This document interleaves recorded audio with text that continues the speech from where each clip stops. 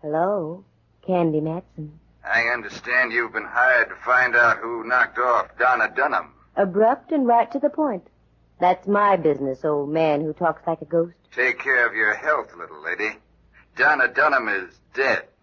Let her stay like that. You take care of your Q's and I'll shell my P's, understood? Not quite. Listen to this.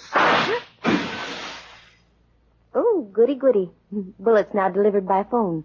Thanks for the slug. I'll have it identified later. Maybe you'll be identified later. Remember what I said, Candy Matson.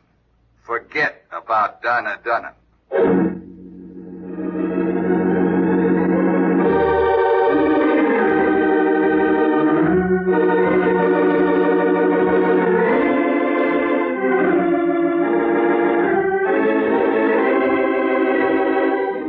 My name is Candy Matson.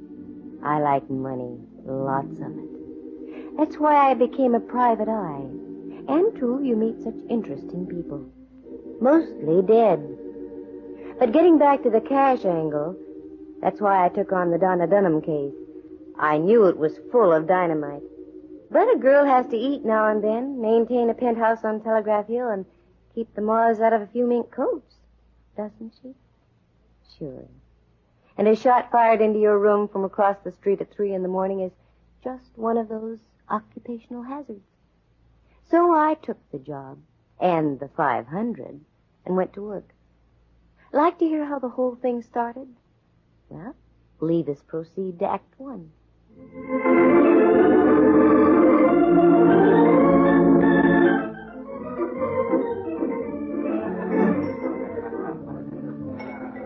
I'd had a hard day at the office, sleeping all day, and I needed a bit of a tonic to pick me up.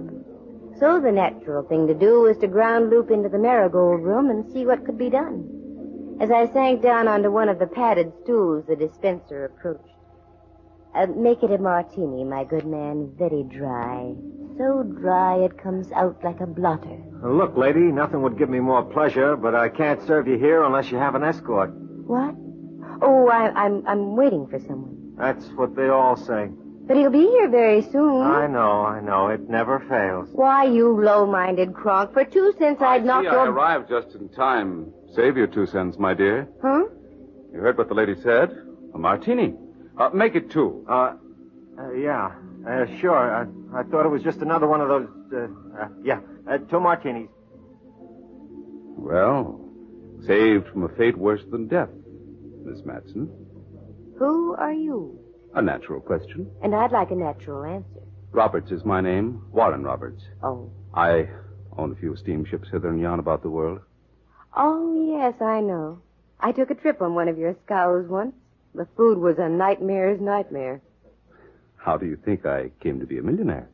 Aha, I see your point. How did you know my name, and what do you want? I have a business proposition to make to you, Miss Matson. You're sure it's business, Mr. Roberts? Strictly business, Miss Matson. Call me Candy. You tell me the details, and I'll tell you what it'll cost you. Fair enough. But don't faint. You can always make it back on your food. Well, I can hardly tell you here. Suppose we drop over to my place. But I want that martini. My man will make us a batch over there. Oh, the things I do to make a living. Okay, let's go. Hey, how about these drinks? Here you are, my man, and save the martinis for some poor wayward soul who hasn't the wherewithal to make the purchase.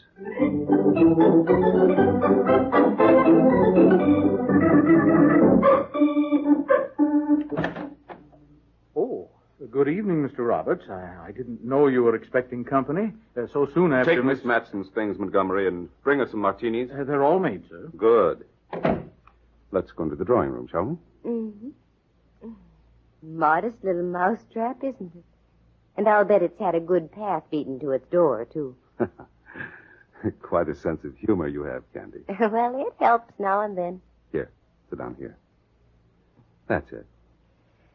I can't quite see you. It's like being behind a retaining wall. Oh, well, I'll just listen. What's the topic of conversation? A young lady named Donna Dunham. Aha, the female element. What is your connection? Much strictly that of a patron. Oh? Miss Dunham was a hat check girl over at the Scarlet Dawn. I heard her sing one night. I decided right then and there that I was going to sponsor her career. Was? Yes. Donna Dunham was murdered early this morning. By you? What? Are you out of your head? Yes, when I think of the fee I'm going to get from you. I beg your pardon, sir. The martinis. What? Oh, yes. Put them down there, Montgomery. Yes, sir. Very good, Montgomery. I won't need anything else tonight. Thank you, sir. Good night, miss. Good night. Don't sleep too tight. May I? You certainly may. I've been waiting far too long for one of these. There you are. Well, as a sponsor, you didn't pick a protege with great lasting qualities, did you? No, I didn't. She was so young, so very lovely. Will you take the case, Miss Matson? What do I have to go on? Oh, very little. Well, my suspicions point to a musician who worked at the Scarlet Dawn. He seemed to resent very strongly my stepping into the picture. Were they going together? Off and on. Until I started to back Donna's career. A very interesting triangle. What do the police have to say? The police, Miss Matson, have not yet been notified. What? I went over there this morning, and I discovered the body lying on the floor. I became confused. I locked the door and called the Scarlet Dawn. I told the manager that Miss Dunham was quite ill and wouldn't be able to appear tonight. Extremely ill, I'd say. Well, this is fine. You realize you're in trouble, don't you? Yes, I do. And that if I take this case, I'm sticking my neck out, too? Exactly. My fee is $500. That's a fair price. In advance. Well, I'll make out a check immediately. Oh. Won't you have another martini? I don't think so. You know, you are very beautiful. Thank you. But I already have a sponsor. And your lips are very, very kissable. The best you can buy from Max Factors. Are you sure you don't want another martini? Look, Roberts, let's get this straight. You're in the middle of a jackpot. Make that check out right now so I can join you. Then it's up to me to spring the both of us. In the meantime, get that glint out of your eye. The one that's wired for wolf calls. Understood? Very well. I'll get started right away. Where does the late Miss Dunham live? Just on the edge of Chinatown. 27B Gresham Alley. It's the only 3-flat house on the block. I'll find it. And you just stick right here and don't poke your face out of the door. Now, the check, if you will.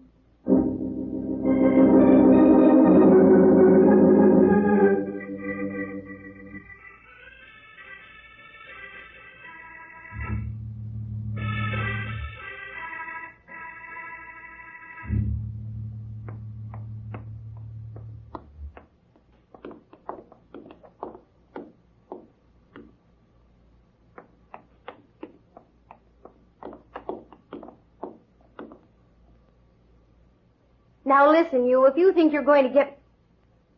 Well, send me back to the last line in the chorus, if it isn't old Hawkshaw himself. Yeah, that's right.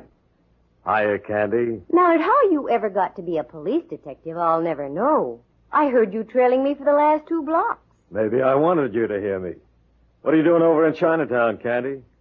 I like tomato chow yuck. Uh-huh. Something up? Not with you around, there isn't. Look, Candy, just a little word of caution. We're laying for you. Oh, The chief isn't very happy about you busting up that Newton case last month. somebody had to.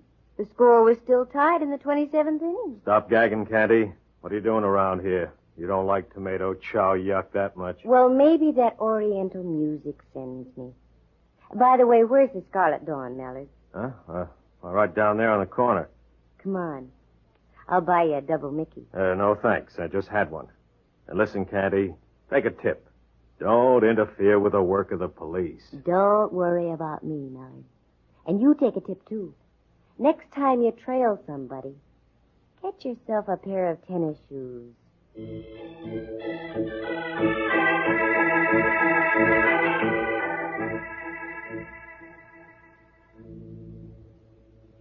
Yes, miss. You like a table? No, thanks. No. Something I can do? Hmm? Oh, yes, I'm a friend of Donna Dunham's. She wanted me to come over and tell you that she's feeling better. She'll be back at work tomorrow night. Well, that's good. Business at the hot chick stand no good without her. Yeah. Yes, she's a great girl. By the way, I don't see her boyfriend tonight. Boyfriend? You know, the fellow who plays in the band. Oh, Donny Andrini. No, he got night off. Oh, too bad. She wanted me to tell him, too. Yep, too bad. Oh, maybe you'll find him at the Lotus Hotel. He lived there. Oh, sure. The Lotus. Yes, I'll check there, and thank you very much.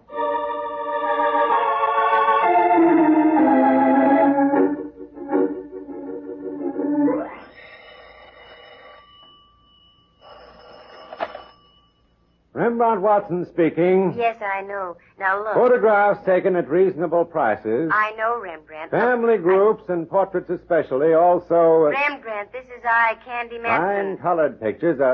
What? Candy Matson? That's right. By all the furies of Zeus.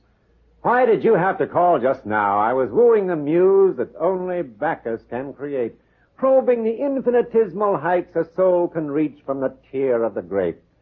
And you have to call and spoil it all. Look, Rembrandt, uncross your eyes and listen to me. I shall listen, my Lily, but undoubtedly I won't like it. What skullduggery are you up to now? I'm knee-deep in something that smells as high as the Oakland mudflats. A towering comparison. What is it? I can't tell you now, but I want you to do me a favor. Get your finest camera and go over to 27B Gresham Alley. Get inside and take all the pictures you can of the place. Won't I be intruding? No. There's a very attractive young lady there. Ah, delightful. She's dead. How dull. I dislike intensely one-sided conversations. All right. What do I do then? Go back to your place and get me some prints as fast as you can. I go, but not willingly. Only for you would I forsake the mood I have achieved through prodigious application. Bully for you, laddie buck. I'll see you at your place in about an hour.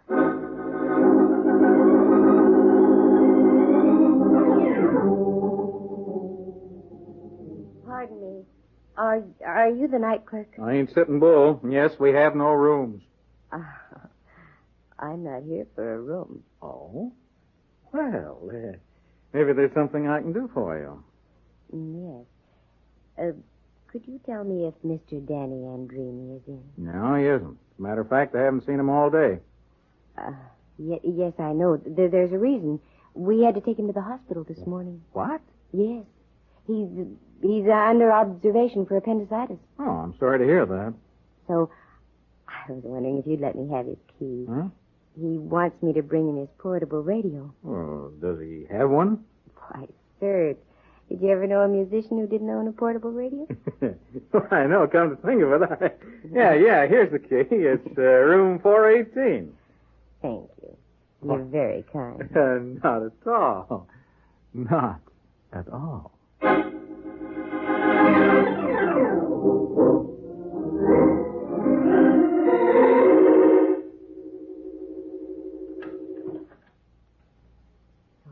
Candy Matson, start making like a private eye. Letters. Yes, over here. Promising. A whole pile of. Well, let's try this one.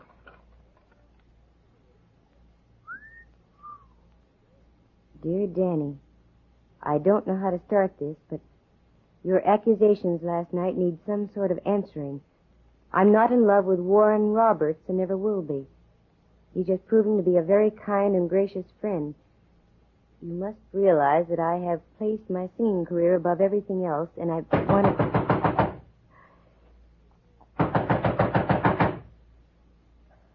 Well, leave us confront the issue, Candy.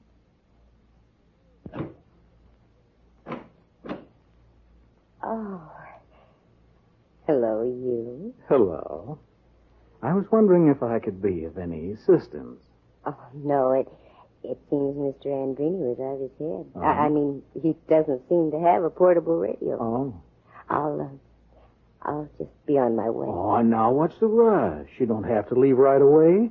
Wouldn't you like a drink or something? No, not right now. I am pressed for time. Oh. I tell you what, though. Huh. I'll be back later. How's that? Sure. Fine. When? Let's make it next Whitsuntide, huh? Goodbye.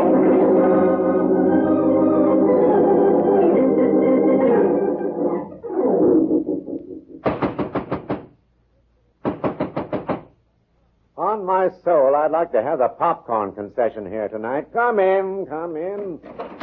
Rembrandt, you're a double-crosser. A double-crosser? My Yes. dear, you're mistaken. Oh? The only time I double-crossed was out in the country. I passed over a bridge, then I had to double-cross back. Oh, no. I found I'd left my knapsack with some rare vintage in it on the other side. What are you doing here? You haven't had time to get the pictures I wanted. That's just the point. To elucidate, I arrived at 27B Gresham Alley and found it to be a most loathsome location. That's beside the point. What happened? I couldn't get in. Oh, Rembrandt, I've done you a grave injustice. Of course you couldn't get in. Warren Roberts has the key. Who's this minion Roberts? I'll tell you later. We've got to work fast.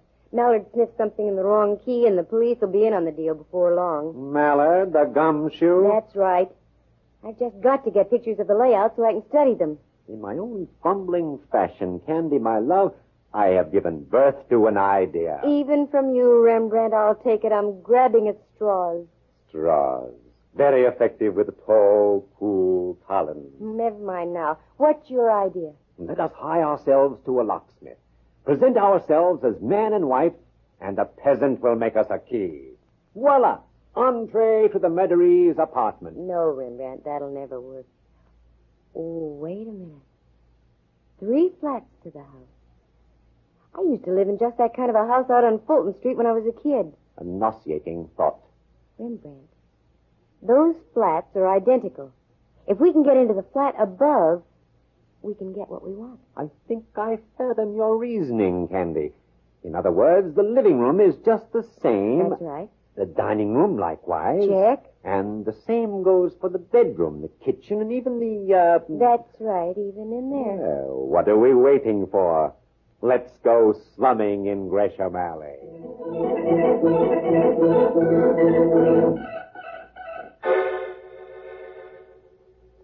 Go ahead, Rembrandt. Ring the bell. Always I must do the labor. Oh, pooh. Well, I hope we don't disturb the dead in the middle flat. You won't. From what I hear, she was done in sort of permanently. Oh, appears there's no one at home. Come on, Candy. Let's return and see what Bacchus has to offer. No, wait. I thought I heard something. There, you see? Got all your flash bulbs? As they say in the old country, have I lost my marbles? Open the door. Beauty before age, my dear. Thank you, Remby. Kind of dark in here. A peculiar aroma. Definitely smacks of the far east. Yes. Something you folks wanted? Choke up, Candy. It's your cue. Why, yes, may we come up? What do you want? Well, we're with a magazine, The House Lovely. We want to take a few photographs of your place. At this hour? The working press is never shackled by the hands on a clock, sir. Sounds phony to me. But come on up. What do you want to take pictures of this beat-up joint for? Well, you see, it's comparison. The old and the new. We've already taken pictures of a flat similar to this, only it's been remodeled. This is perfect for the contrast. I guess it's all right. Go ahead. Start with the hall, Rembrandt. Roger, my pretty. Let's see. This should be just about right. Mm-hmm. Now the bedroom. That should be off the hall here. Oh, yes. Shoot from the door, Rembrandt. Did you get the entire room? Not quite, but most of it. That'll do. Just a moment. There we are. You cats work fast. What was that? I said you work fast. Yes. Now, in the bathroom, do you have a tub or a shower? Why, Why don't you see for yourself? No. On second thought, I think that's about all we need. Candy, you said that we Come along, Rembrandt. And thank you very much. Well, Mr. that's okay. And don't slam the door. The lady downstairs is sound asleep.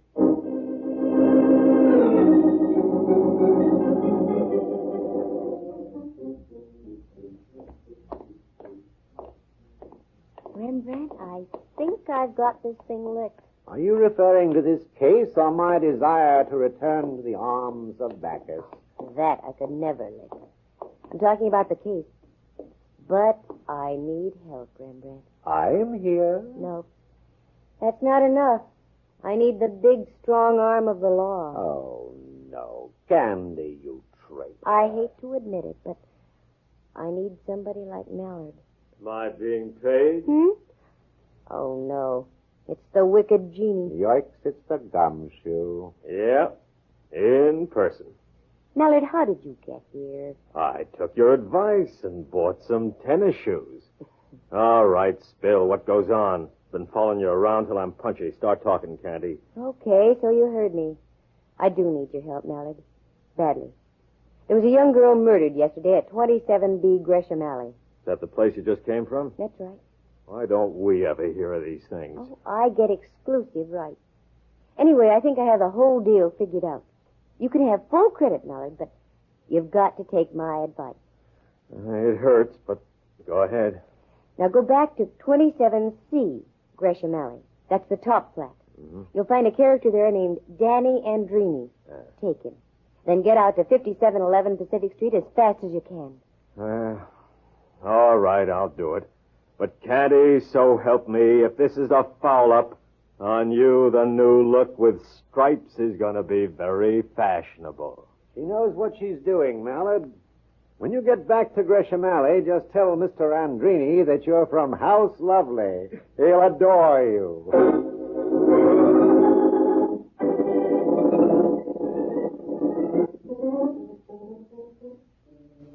This is it, Rembrandt. I just hope my man Montgomery hasn't retired as yet. What are we doing out here on Pacific, Candy? This is out of our league. All of a sudden, I've become socially conscious.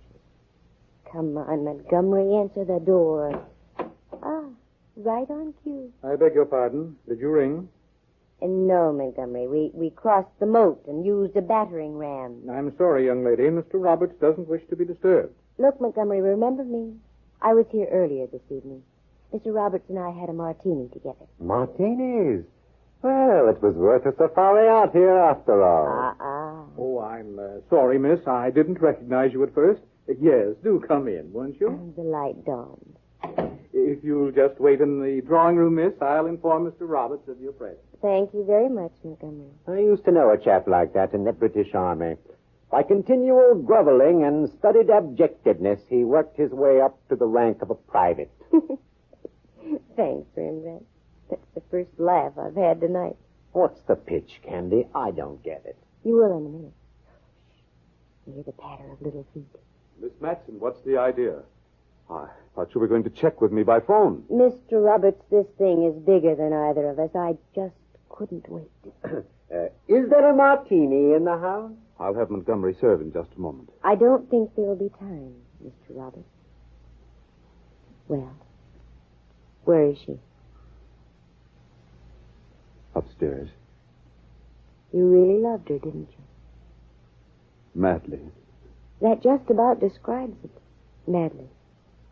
And while you were, shall we say, sponsoring her career, you thought she was playing around with Danny Andrini as well. Yes, she was. You're wrong, Robert. I have a letter from Donna Dunham to Danny Andrini. In effect, she told him to blow, skedaddle, vamoose. What? That's right. So it seems we have a slight case of mistaken murder on our hands, doesn't it? Yes. On one hand. On the other, I have two in mind that will be deliberate. You asked for it, Miss Matson. Too bad you had to bring your friend along. I wouldn't if I were you, Robert. A blighter has a pistol. I thought you said he served martinis. This isn't exactly a social moment. I know how you private eyes work. You're lone wolves. You confide in no one.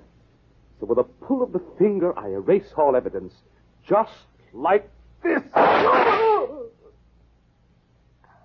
He's dead. Oh, I'm really grateful to you, but where on earth did you come from? Like I say, Candy, you just can't beat these tennis shoes. Well, that clears everything up except for one thing. Where do we go now for the martinis?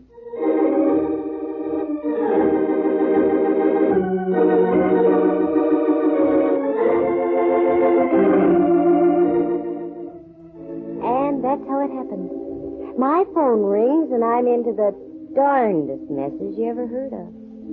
Sure, Roberts killed her. He was jealous.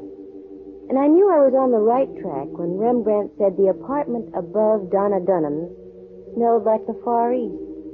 It was tobacco odor, the same Turkish aroma I had smelled in Robert's home out on Pacific Street. Danny Andrews? Well, he was waiting for Roberts to return. He was going to kill him. He knew that Roberts had rented the flat above Dunham for sponsoring purposes. Donna was a nice kid. She was just caught in the middle. Black.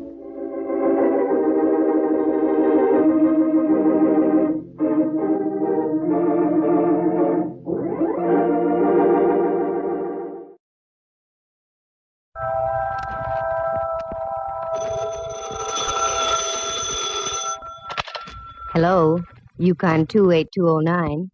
Yes, this is Candy Matson.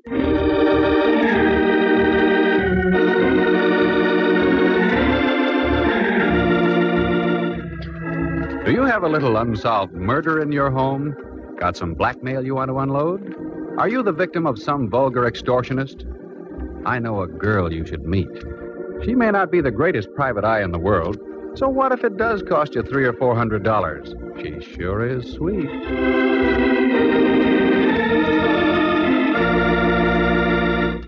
She's Candy Matson. Like to meet her? Hello. Candy Matson? Well, I wasn't sure when I looked in the mirror this morning. Had a rough night, eh? Oh, there have been rougher ones.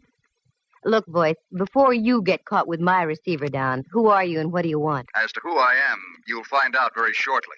What I want is you. How romantic, and over the phone yet. Let me finish. What I want is you to lay off that cable car business. Oh, that. Well, I'm afraid I can't. You see, I was sitting beside him when they discovered his transfer had been punched sort of permanently.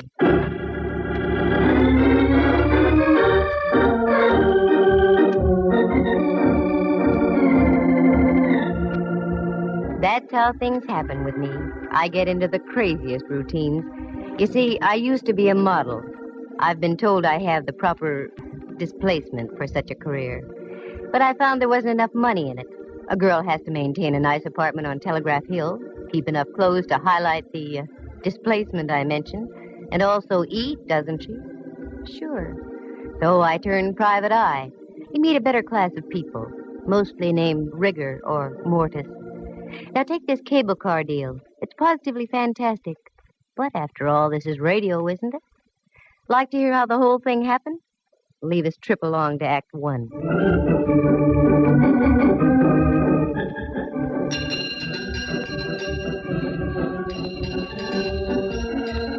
I wanted to get downtown that morning, but I couldn't take the F car on Stockton. They were ripping up about 87th Street, which is par for the course. So I walked down Telegraph Hill and up to Mason. That's where the Bay and Powell cable car stops. All aboard! Come on, Lana, show that shapely ankle. We gotta make the Fairmont by Whitsuntide. The car was loaded, and so was the character next to me. I tried to budge into the seat between him and a fisherman's wharf dowager, but I couldn't quite make it. I'd forgotten my shoehorn. Say, pardon me, but would you mind reading your Wall Street Journal over that-a-way a bit? I'd like to sit in here. Oh, if you insist. A knight of old. He budged his hips a quarter of an inch, and I slipped in, ready for my rocket ride over the hill and down into town. The trip, as usual, was uneventful. 3 smashed fenders and several choice words I'd never heard before, but I wrote them down. By the time our prairie schooner reached the turntable at Market Street, the crowd on the car had thinned out. But Buster was still beside me, his head buried in common and preferred. Market Street. I started to get down. Hey, lady, take your boyfriend with you. We're heading back up the hill. Boyfriend, all Sue. He looks like the advance man for Lewis and Clark. How do you like that? He fell asleep over his stocks and bonds. I looked again. Hipsy wasn't asleep. Hipsy was stone cold dead on market.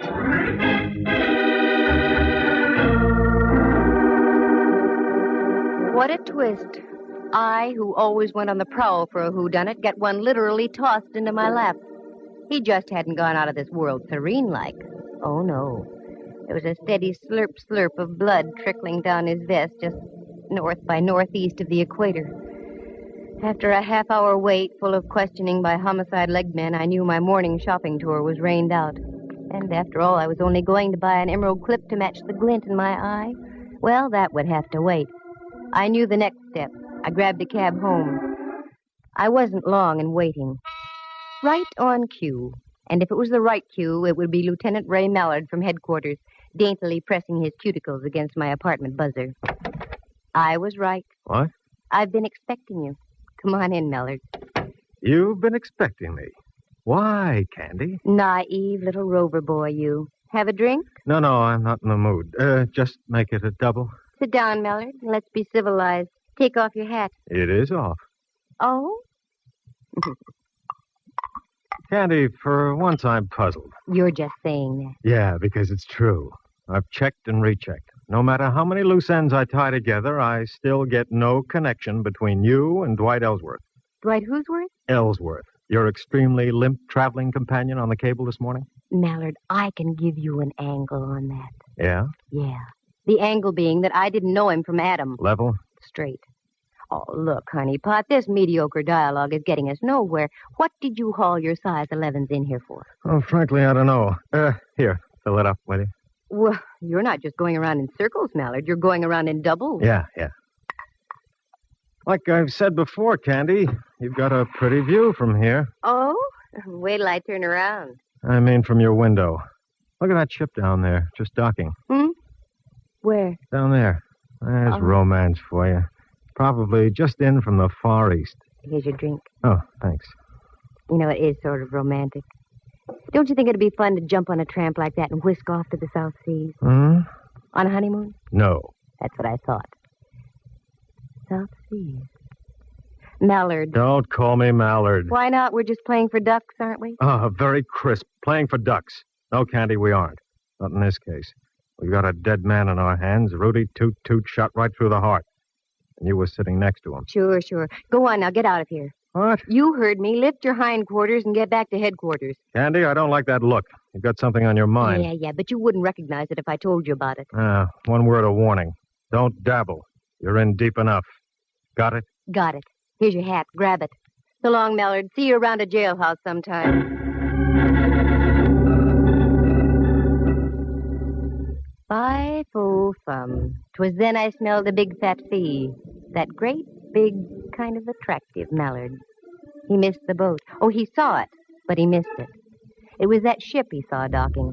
That was the first time I came out of the dark since my Tunerville ride down the hill in the morning. I needed help, so I called an old friend of mine, if you can call that help. Rembrandt Watson was his name. He was a photographer and other things. He spent most of his life in the darkroom dabbling with bottles. His negatives and prints were sharp. His thought processes, not quite. But he'd given me assistance in the past, so I called him. Rembrandt Watson speaking. Photography, portraits, and camera work. Yes, Rembrandt, I know. Also available for gardening, janitorial service, and babysitting. Rembrandt, it's Candy. Especially if they're over 21. Who? Candy? Now you're tuned in. How dare you, baggage. I was experimenting with a new type of formula. 90 proof for 100. 100. And Candy, it works beautifully. There's a delightful little pixie in a pink ballet skirt in my living room. Well, leave her there and get over here immediately to my place. Take a cab. I'll pay for it. I'd much rather have a handsome carriage with a brace of chestnuts. You've got 'em in your head. Now just do as I say and get over here.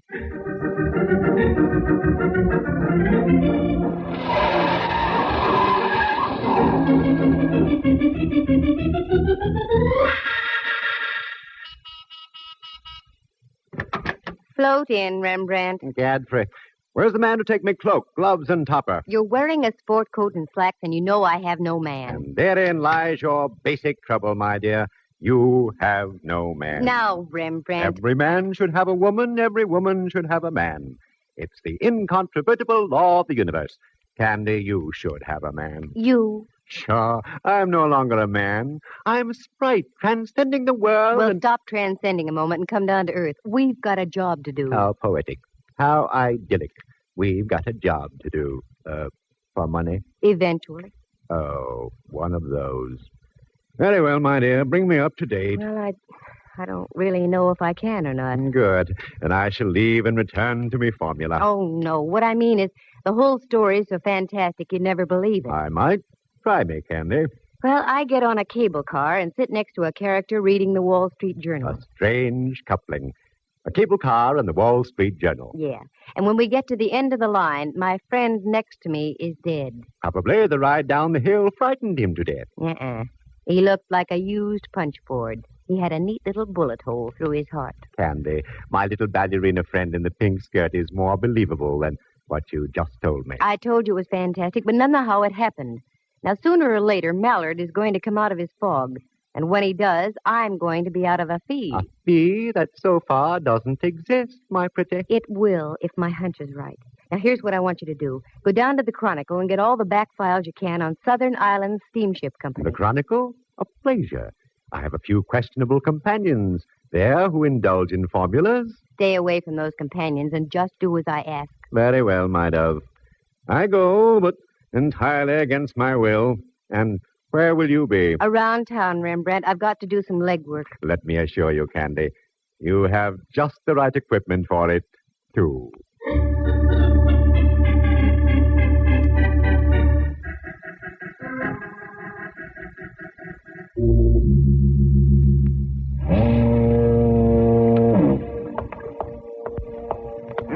What a joint.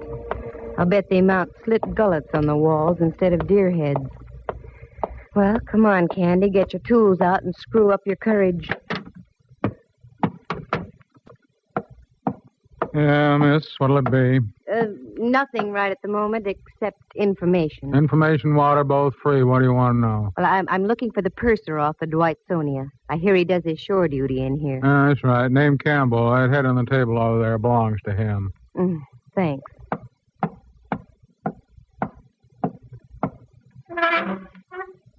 Hello, sailor. Hey, Campbell. Wake up. Leave me alone. Come on, snap out of it. Who are you? What do you want? My name is Candy Matson. I want to ask a question. I'm only drinking. Go away. Not until I find out what I want to know. Dwight Ellsworth was murdered this morning. What? I thought that would bring you to. Well, that's the nicest news I've heard since VJ Day. What do you want to know? Where does his brother live? That stooge. He's got about as much spine as a water eel. Never mind. I want to find him. He seems to keep his whereabouts as secret as an atomic stockpile. The whole family ought to be knocked off. He lives out in Seacliff, 25 Dashel Road. Good. Bartender, buy my friend a little reward. And one for yourself, too.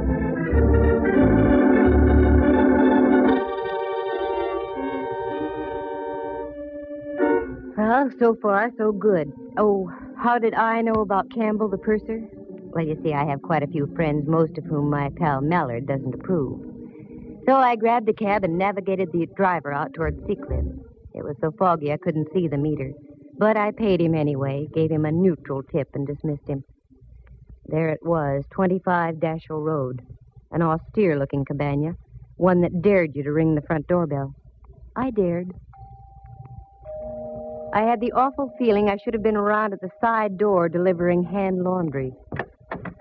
Good evening. Well, except for the fog, yes. Is Mr. Ellsworth in? Yes, he is. But I'm afraid I must ask you to leave. There's been a death in the family. I know. That's why I'm here. Come in, please. Thank you. Walk this way, please. Oh, I'm afraid I couldn't, even if I lived to be 100. Mind your tongue, young lady. You're in the house of an Ellsworth. Oh, hoity-toity. The old babe had delusions of grandeur. Well, no need to get uppity with me. I've mingled with royalty. I once played a bit part in a Rita Hayworth picture. But this old gal was really something. She couldn't have been more than 45, yet looked like something out of the Barretts of Wimpole Street. She ushered me into a large-ceilinged living room, and there on the divan was my boy, his head lowered into his hands and quite obviously touched. Quite obviously. Roger, this young lady is here to see you. I don't believe you mentioned your name. Candy Matson. Matson, you in shipping, too? Of a sort. Oh, this is my wife, Miss Matson. You'll pardon me if I don't seem hospitable, but my brother was murdered this morning. I know. I was sitting next to him when it happened. You were? Don't talk to her, Roger. I don't trust her. This whole thing is a threat of some kind. No, it's not a threat. It's a business proposition. I'll come right to the point. You see, I'm a private detective. Oh, one of those persons. Put your nose back down, Mrs. Ellsworth. I want to get the show on the road. Yes, I'm a private detective, and I'm in a spot, too. The police think I'm connected with the case in some way, so I'm here for a double purpose. I'm listening, Miss Matson. Roger, I forbid you to speak with this woman. Too late, Mrs. Ellsworth. Now, this is it. I'm in this business to make money. Give me a check now for $300, and I'll find out who killed your brother. And I'll also clear myself. Roger, I'm warning you. Naturally, you want to see the killer of your brother brought to justice, don't you, Mr. Ellsworth? Don't you? Yes. Here, I'll make a check out right now. Thank you. Just make it out to Candy Matson. Payable today. It's a lovely collection of guns you have, Mr. Ellsworth. You hunt much? Oh, yes. My wife and I are quite fond of shooting. She's an excellent shot. There you are. Thank you. I'll be in touch with you sometime tomorrow. Mr. Reed didn't say a word. She just stood there against the fireplace and shot sparks through me. After I waved the check in the air a few times to dry the ink, she showed me to the door. Very clever, aren't you? Taking advantage of a weak-willed man. I wonder who made him that way. Don't cash that check. I mean it. Don't cash that check. Mrs. Ellsworth, $300. I need the money, badly. I need some new rolls for my player piano.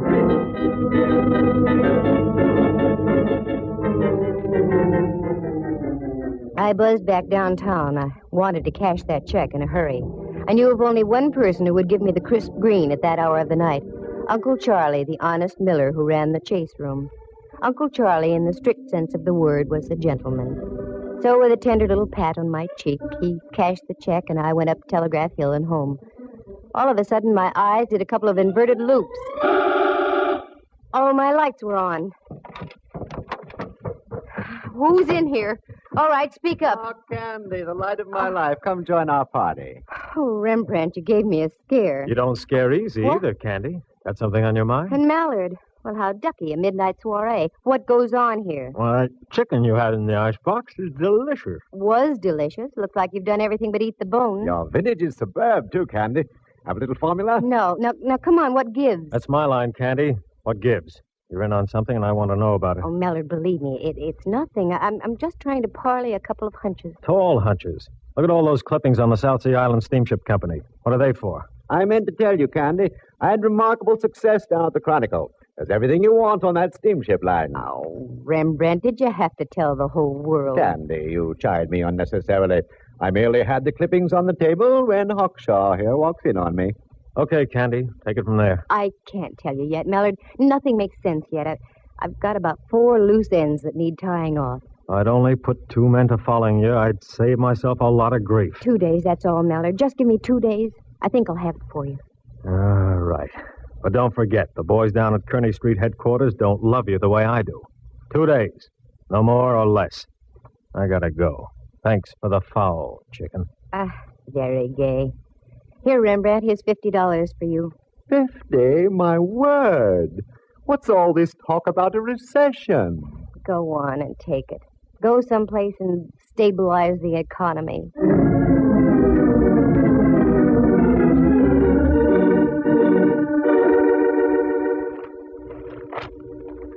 I whipped through the old newspaper clipping. It was all there. Fire at sea on Ellsworth's ship. 2 seamen lost off Ellsworth ship near Honolulu. South Sea Island Line ship loses rudder in storm. On it went over a period of 3 years. I threw the papers back on the table, helped myself to some of Rembrandt's formula, turned down the lights and went out on the porch. The bay was dark except for an occasional path of light from a passing freighter. I sat down to think and think. Then, quick, just like that, 2 little tumblers in my mind fell into place. Only one thing to do, and that was to do it the hard way. The next morning, just as the ferry building siren was announcing 8 o'clock to downtown San Francisco, I got Rembrandt on the phone. Candy, what on earth are you calling me for at this hour? Can't help it. There's work to be done. I did my work last night so extremely well that I'm just going to bed now. Sorry, you'll just have to delay your sack time. Meet me at the corner of Mason and Union in 10 minutes, right where the cable car stops. Now, what are we going to do? We're going to take a cable car ride. What? One of those bouncing, jerky little contraptions? Not the way I feel this morning. Oh, yes, you are. Union and Mason in 10 minutes.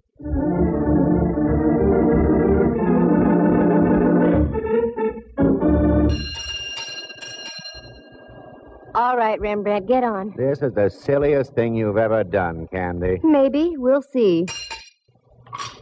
Dwight Ellsworth was already on the car when I got on here, and alive. How could you tell? He mumbled something when I asked him to move over. Sounds logical. Although I once remember stumbling into a corpse who mumbled for hours after it had been liquidated. Rembrandt was in one of his rambling moods, so I let him alone. The car pulled over Mason Street, down Washington, and then swung on to Powell and up the hill. Now I watched the buildings and apartments carefully. There was a little red brick building, now a big apartment house, a woman's residence club, and so on. Then over the hill, more apartments, and the possibilities petered out at Bush. Well, only one thing to do. Canvass all those blocks between Washington and Bush. Okay, Rembrandt. Off the car. The strangest corpse I ever did see. What'd you say, Candy? Off the car. Come on. Now what? I just want to get to bed. Well, not for a long time, Boy Blue. Now, here's the pitch. You take this building, and I'll take the next. We'll alternate as we go along. Ask if a tall woman with a horsey face and dressed something like Queen Victoria ever lived around here. Oh, Candy. I know it sounds wild, but it's got to be done. A horse with a tall face and dressed something like... Oh, Rembrandt, look at me. Get that smoke out of your brain. A tall woman with a horsey face and dressed something like Queen Victoria. You got it? Got it. Okay, get going.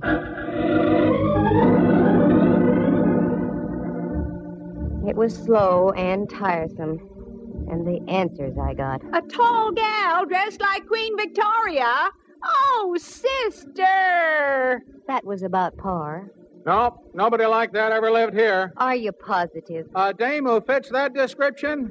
Yeah, I'm positive. The morning wore on, and so did we. We were over on the other side of California Street now, so we stopped and had a bite to eat. I had pickles with mine, and Rembrandt had olives on toothpicks in a glass. And again, we picked up the hunt. My heart was suddenly making with a rumba. There, just on the other side of Clay, in front of a 3-story red brick house, was a police squad car. There was a little knot of people gathered around. Daintily lifting my crinoline, I did a Mel Patton down the block and up the front steps. I didn't have any trouble finding the room. The door was wide open, and there was a body on the floor. 4 representatives of the law were buzzing back and forth. One of the buzzees was Mallard. Well, my little ambassador of violence. Why is it you're always around the extremely dead, Candy? I've got no time to brandy the ad-libs, Mallard. Who is it? I don't know yet. No identification. Let me see. Huh. A pen pal, maybe. I was right. I knew it. Knew it? Knew what? You're right, he was a pen pal. He wrote me a check last night for $300. His name is Roger Ellsworth.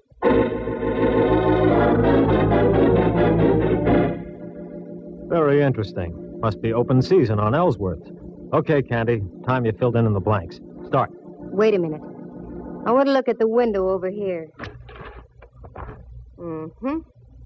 Mallard, there are a couple of younger Ellsworths living around town here. I'm sure you'd like to see them stay healthy. Yeah? Get out to 25 Dashiell Road and pick up an old crone also named Ellsworth. 5 will get you 20. She's the one you're after. All right. But you get back to your place and stay put, understand? I want to have a more illuminating chat with you. Oh, Mallard, I'm just like putty in your hands.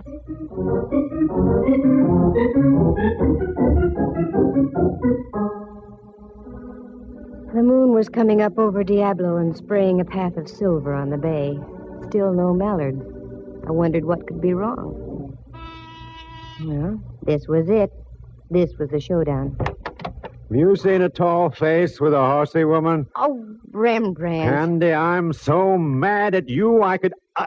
Oh, what's the use? Now what's the matter? What's the matter, she says. I've been roving all over Powell Street ringing doorbells. Where did you go, you traitor? Oh, Rembrandt, I'm sorry. And in the excitement, I forgot all about you. What excitement? There's been another murder. In a moment, there's going to be another. I'm looking right at you, Candy. Oh, cool off. Have some formula and stop snorting steam. What was that? Your window, Candy. It just shattered. What? Oh, wait a minute. That window didn't shatter by itself. Quick, get the lights, Rembrandt. Now duck down here. What sort of a silly game are we playing now? This isn't a game, believe me. Candy! Candy, are you all right? Yikes, it's the gumshoe. Yes, I'm all right. Where are you, Mallard? Over here, 2 houses over. We've got your girlfriend trapped on the roof next to you. Don't move and stay covered. Okay. All right, Mrs. Ellsworth. Are you coming down peacefully, or do we have to play cops and robbers? I'm not coming down until I get that Candy Matson. She did it. She forced me to kill my own brother-in-law. Have it your own way. Okay, loosen her up a bit, boys. Better than the 4th of July. Keep your head down, Rembrandt. Oh, is that what was up? Ready to come down, Mrs. Ellsworth? No, I'm not. That hateful woman. She's ruined my whole life. All my plans. Just because of her snooping and prying. She's going to die, I tell you.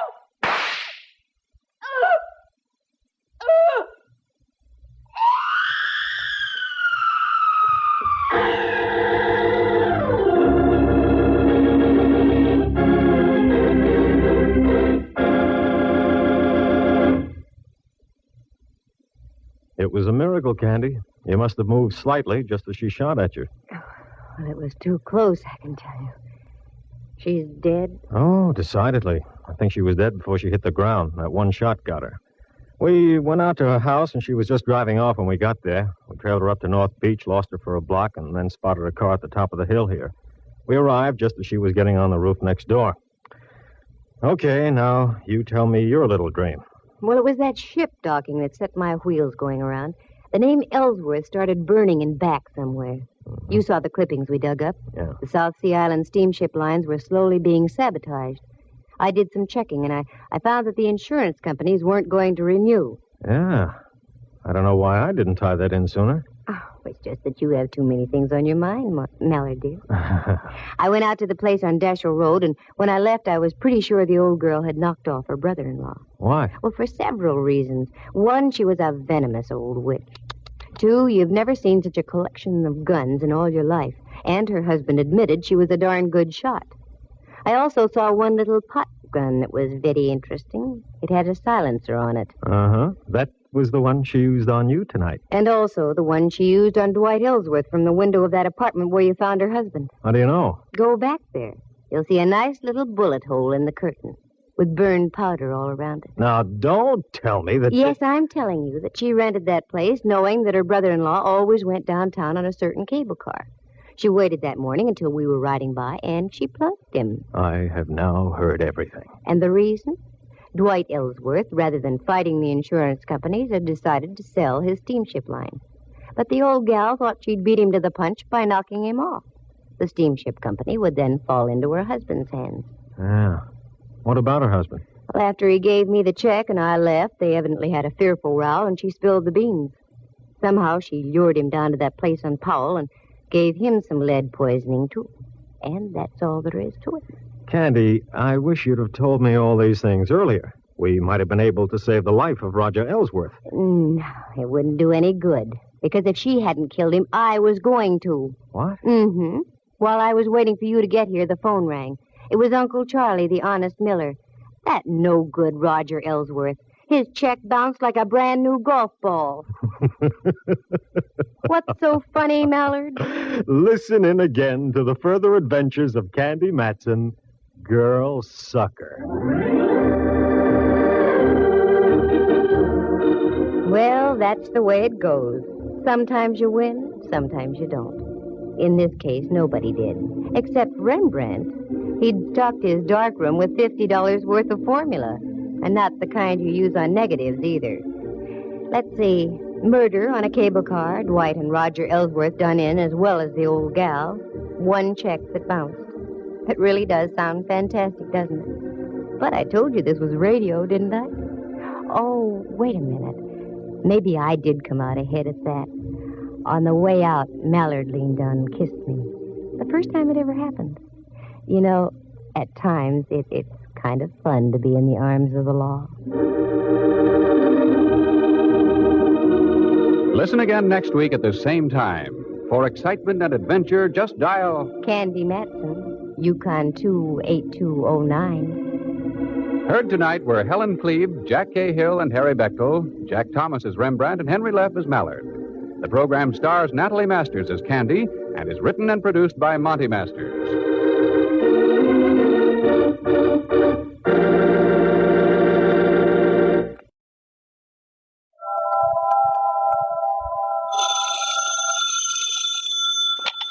Hello, Yukon 28209. Yes, this is Candy Matson.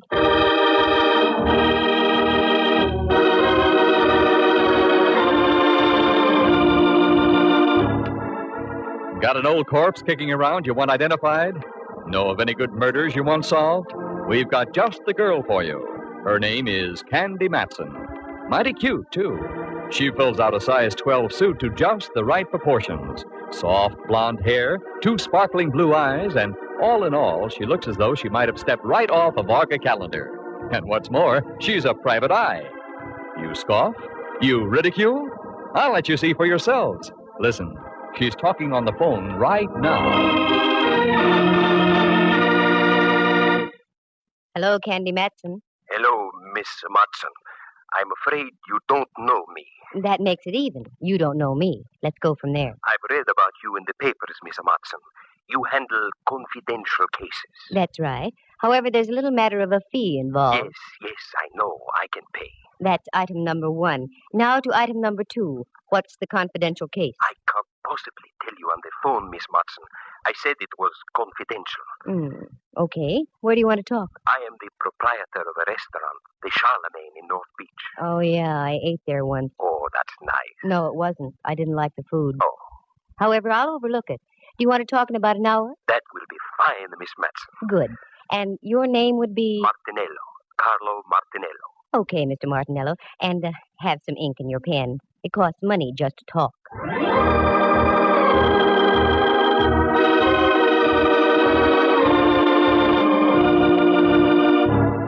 I probably sounded rough and commercial, but you have to be in this racket.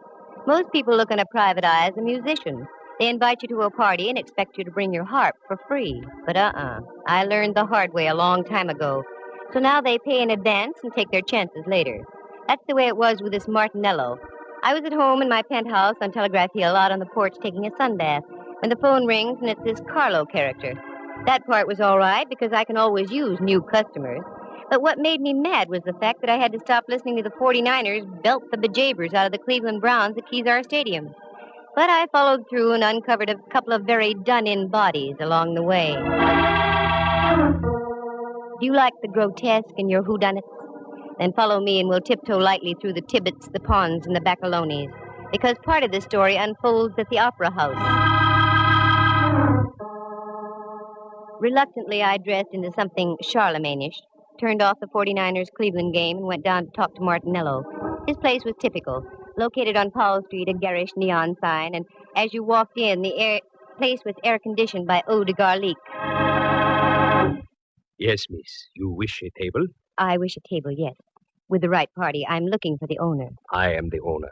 I am Candy Matson. Oh, Miss Matson. Walk this way, please.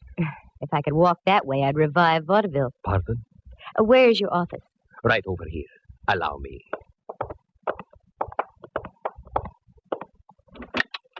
After you, Signorina. Thank you, Signor. Here, sit down, please. Thanks.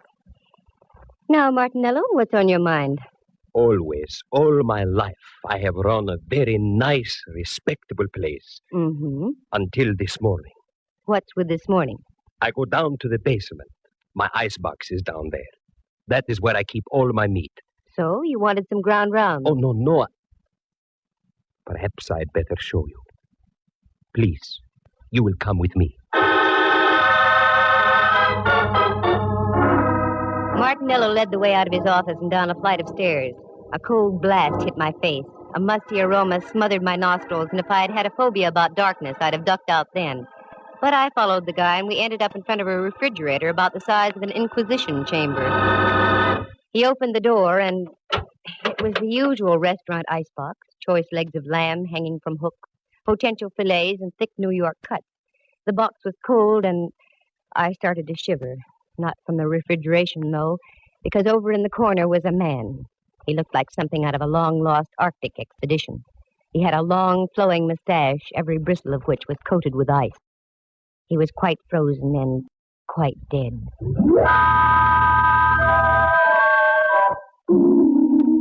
I slammed the door shut and reeled out. The sight had staggered my thought processes.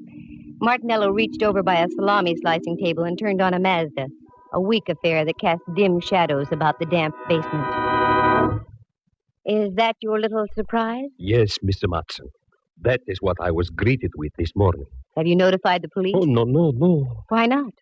As I told you, I have run a very respectable place. And, too, that is why I am hiring you. You can get in trouble, you know. Yes, that is why you must help me. Please, Miss Matson, say you will help me. I will pay you anything you say.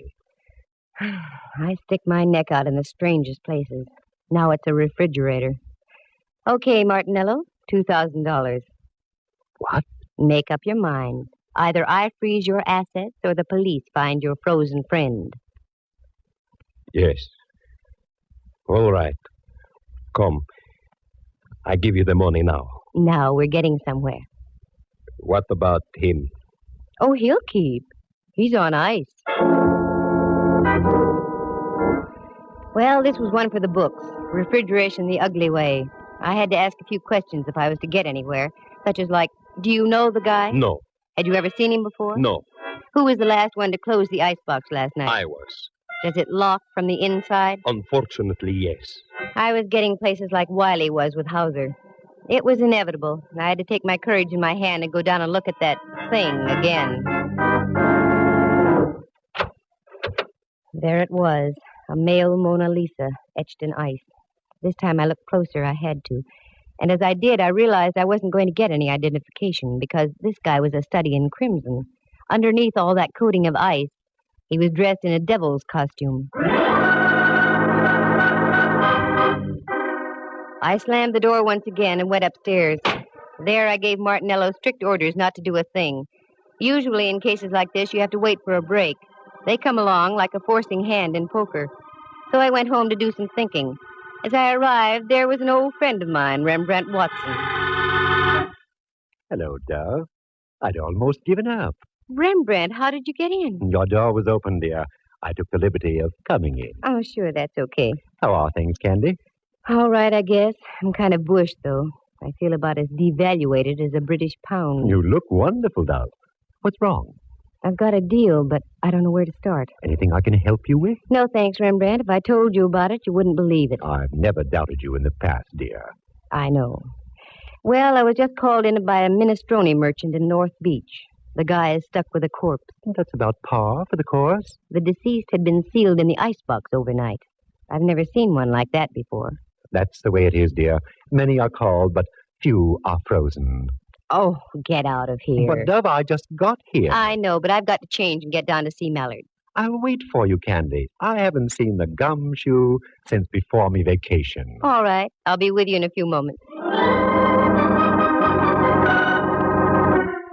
I did a fast change, and Rembrandt and I climbed into my car, and we dropped off Telegraph Hill and down Kearney Street. The Hall of Justice, where Mallard hangs his star, is only a few blocks away, so we made it in about 5 minutes. Inspector Ray Mallard, Homicide, San Francisco Police. A lovable, shaggy dog type of character. Very keen with the crime, but dumb with the Dane. Me, for instance. If I want him to say yes, he says no, and vice versa. Well, my ever-loving Candy. What's new in the private eye business? Very little. How's the legitimate flatfoot racket? Oh, we're holding our arches up. Well, and Rembrandt, I haven't seen you since Pup was a Hector. Please, Inspector, you're metting your mixer-paws. Who writes this dialogue? I'm pretty weak, I know. What's on your mind, Candy? A character named Carlo Martinello. Have you got anything on him? What's so funny, Mellor? Nothing, except I eat lunch there about every day of the week. Well, answer my question. Well, there's nothing on Martinello. Arrested a couple of times during Prohibition. He was dabbling in grappa a la under the table. Have you got a case against the guy, Detective Matson? Oh, cut it out. No, seriously. Why do you want to check on the guy, Candy? No reason, just thought I'd ask. Uh-huh. Well, Martinello's okay. Just trying to make a living. Only thing I don't like, he loves to sing to his customers. That'd be enough to bankrupt him right there.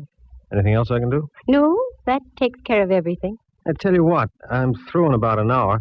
I'll take you up to Martinello's for dinner. You can see for yourself. No, that's all right. Okay, Candy. Give. Why, Mallard, dear, what on earth do you mean? You know something about something. I want in. Mallard, and I want you to believe this. I mean it sincerely. If I knew something, you'd be the last to know about it. He's got something there. Come now, leave us a while. I hate to do things like that to Mallard. He's been of great help to me in the past. More than once he's saved my life. But on a deal like this, you have to play it close. After all, a girl has to make a living. For the first time in a long time, I was completely baffled as to where to start. Something had to be done about that cadaver in the icebox, but what? While I was beetling my eyebrows, Rembrandt invited me up to his place for tea. He lives on California Street, just down away from Old St. Mary's, and only a bail bond broker's reach from the Hall of Justice. So I accepted. Do forgive the looks of the place, Candy, dear. I had a meeting with my philatelist group last night.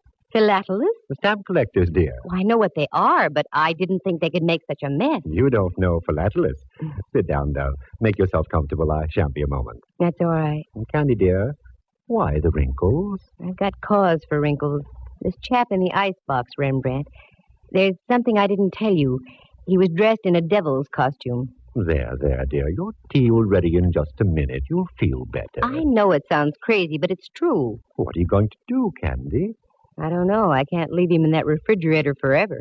We'll get him out, dear. I hate to think of a corpse catching pneumonia. Oh, excuse me, Candy. Help yourself to the tea. Mm-hmm. How do you do, Rembrandt Watson Enterprises? Quiet down. Who? Oh, hello, Templeton. How are all your steamships? Oh, that's good. What? Could I do what? To the opera? Of course I could. Righto, I'll pick them up at your office. Thank you, Templeton. Goodbye. Candy, dear, do you like the opera? I can take it or leave it. Why? It suddenly develops that I have 2 tickets tomorrow night for Tales of Hoffman. Oh, Rembrandt, I don't think I can go. Come, Candy. It'll do you good. You've been working too hard. You need a little relaxation. Tales of Hoffman, Okay. Who's the pal who gave them to you? An old friend of mine, Templeton Woodruff. He runs a steamship to Java and other places Ezio Pinza sings about. I finished the tea and left. Right then, the only opera I could think of was the one going on in an icebox at Martinello's. I've always tried to play straight with Ray Mallard, so I decided to tell Martinello my plan. Miss Matson, I don't think it's such a good idea. Good evening, Carlo. I want to talk to you. That's what I mean. There's a gentleman here who... So you've got a gentleman. That's fine. 3 more and you've got a crowd. What I want to talk to you about is this. You don't understand. The gentleman I'm talking about is from the police. The police? Yeah. Hello, Candy. Mallard. How about some scallopini? Well, up jumped the... Hello, Mallard, dear. I had an idea you'd like dinner here tonight. Do you know my boy, Carlo? Yes, we've met. How do you do? The signorina wish something to eat? No, thanks. I want to talk to you, though, Mallard. Sure. Come on into my booth. We'll share some salami. No, thanks. I want to see you downstairs. I don't think the food's as good down there. I agree, but it isn't the food. I'm talking about murder. Once again, I headed down into the catacombs of the Charlemagne. This time the act was a double. Mallard was right behind me. Then I looked around. We were a trio. Martinello was right behind Mallard. This is it. This is what? This is an icebox. Inside, you'll find a body dressed in a devil's costume. Okay, Carlo, let's humor the lady. Open the thing, will you? Yes, I'll open it.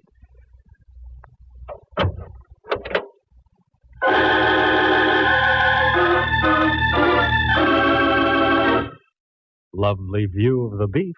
It's gone. The body's gone. Okay, Martinello, start talking and make some sense while you're doing it. Please, Miss Matson, I don't know anything. I haven't been down here all day. Get rid of those arched eyebrows, Martinello. You know something. What is it? Wait a minute, Candy. I'll do the questioning. In the first place, Carlo, was there or was there not a body in here? Well... Sure there was. He can't deny it. Here's a check for $2,000 signed by Martinello himself. Well, Carlo? Yes, there was a body, all right. Who was it? Friend of yours? No, Inspector. I never saw him before. Why did you call Miss Matson? Why didn't you come to see me about it? Well, you know, Inspector, the police... Just because you were once arrested for bootlegging, Carlo, is no reason to be afraid of the police. Well, I'll put a couple of my men on the job and see what we can turn up. What? Is that all you're going to do, Mallard? No. Right now, I'm going back upstairs and have some of Carlo's scallopini. Mallard, are you out of your head? Look, Candy, in order to have a murder case, you've got to have a body. Obviously, we're fresh out. And until your pal with the devil's costume turns up, I intend to live my typical everyday life. Don't forget the mushrooms, Carlo. There are times when I get so mad at Mallard I want to scream. I didn't, though. I only scrammed.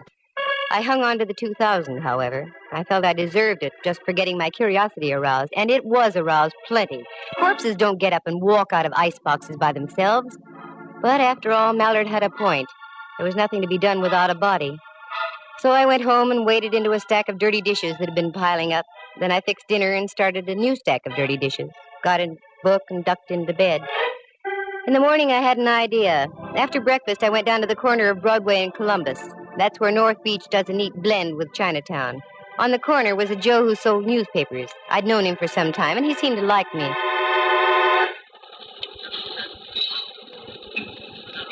Hiya, Butch. Well, hello there, lady. How are you? Good, can't complain. Who won the football game yesterday? Yeah, funny thing. I got all the news right inside here for 7 cents. I get your point.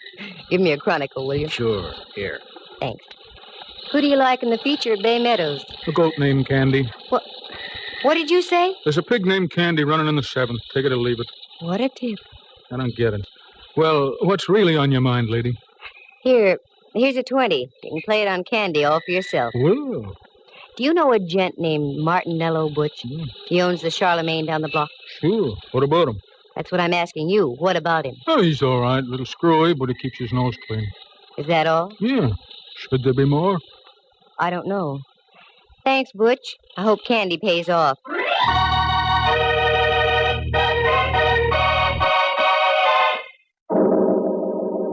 I was getting nowhere, that was for sure, and the rest of the day went the same way. Dead ends, blind alleys. I checked as many loose ends as I possibly could, but I was still stuck in a quandary. But the Crusher claimed late in the afternoon when I got a copy of the late paper and read where Candy came in at Bay Meadows and paid $32.20. And I hadn't had sense enough to get aboard. When I got home, the phone was ringing. Hello, Candy Matson. Oh, you're Candy Matson. I should play a fanfare. Oh, hello, Rembrandt, dear. How are you? Like an October morning. Every single one of me pores is breathing great, huge gulps of air. What? I just had a facial dove. Most invigorating. What on earth for? I loved your old pores just the way they were. Candy, you've forgotten. I have? Forgotten what, Rembrandt? We're going to the opera tonight. Oh, Ducky, I'm sorry. I had forgotten. I'm afraid I'll have to renege. Now, Candy, you promised, and I don't care what you're involved in. It'll do you good. But, Rembrandt, I'm working on it. Perhaps you're right. Okay, I'll get ready. Wonderful, dear. Pick me up about 7:45, will you? Pick you up 7:45? Yeah. Oh, and another thing, Lamb. We may have to do some entertaining afterward. Do bring some cash, will you? Mm-hmm. That's the girl.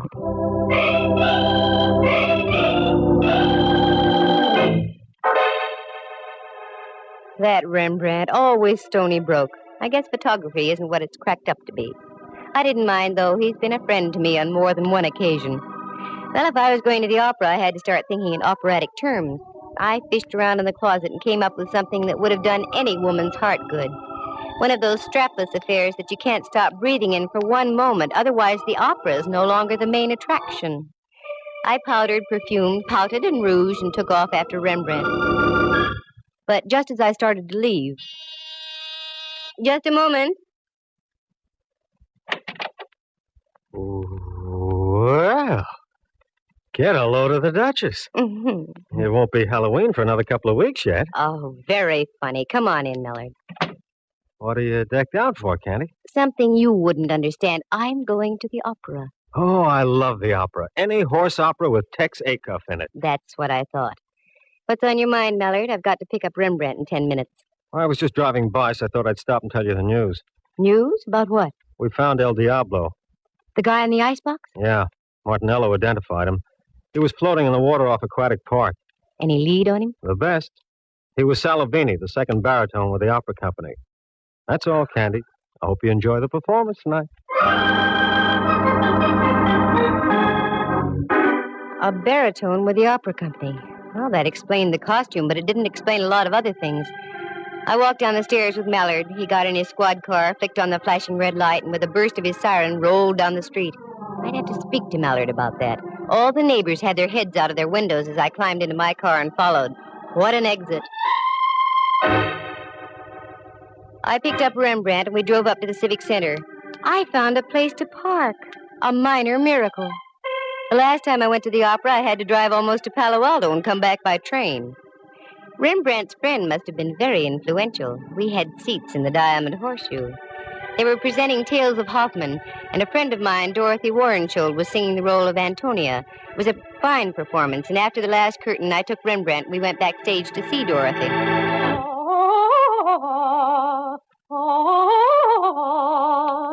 This is her dressing room, Rembrandt. Yes?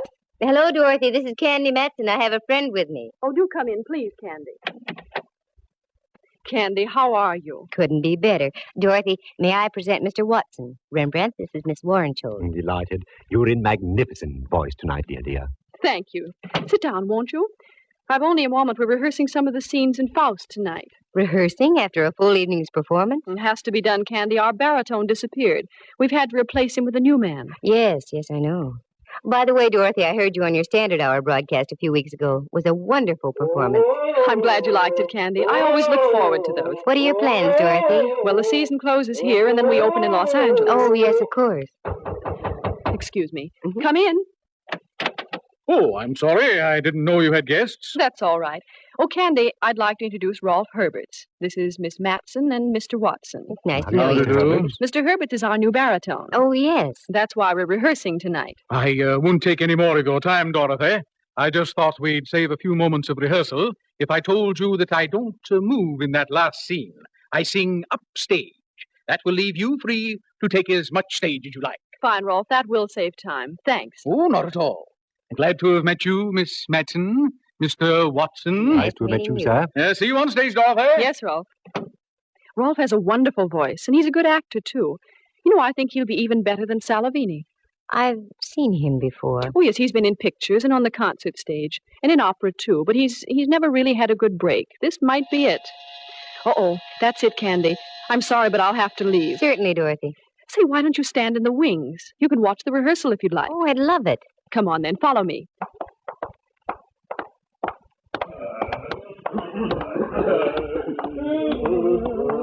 All right, to places, everyone. Places. This is all right, Candy. You can stay right here. Thanks, Dorothy. Glad to have met you, Mr. Watson. Also, as we used to say in the theater, go out there and kill them. See you later. Where is Miss Warrenshould? Ah, there you are. Herbert! Where's Herbert? I saw him just a moment ago in the dressing room. Well, it's late. We've got to keep moving. Please, somebody find Herbert.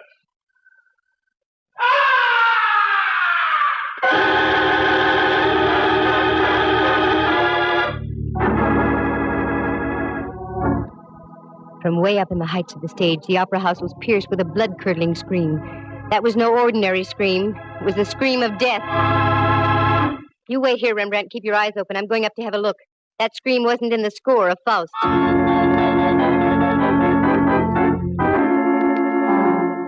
I punched the button for the backstage elevator. It's a good thing they work fast and are speedy. Once inside, I pressed the button for the fourth gallery. I got out. This was the top of the opera house. The place was loaded with old sets, props, papier-mâché alligators, gold goblets. Then, over on the other side of the catwalk, I saw it. The body of a man all crumpled and distorted. I hit the catwalk and ran over. It was 100 feet above the stage, and as I looked down, I could see a score of strained faces looking up through the darkness. I got on the other side and bent over the body. It was that of Rolf Herbert. Candy, down here. I think your man just dumped down underneath the stage. Again, I did a Mel Patton. The elevator shot me down to the stage level, and there was Rembrandt, wild-eyed. He came down the elevator on the other side, Candy. Then he cut across the stage and down those steps. Come on, Rembrandt, follow me. I may need help.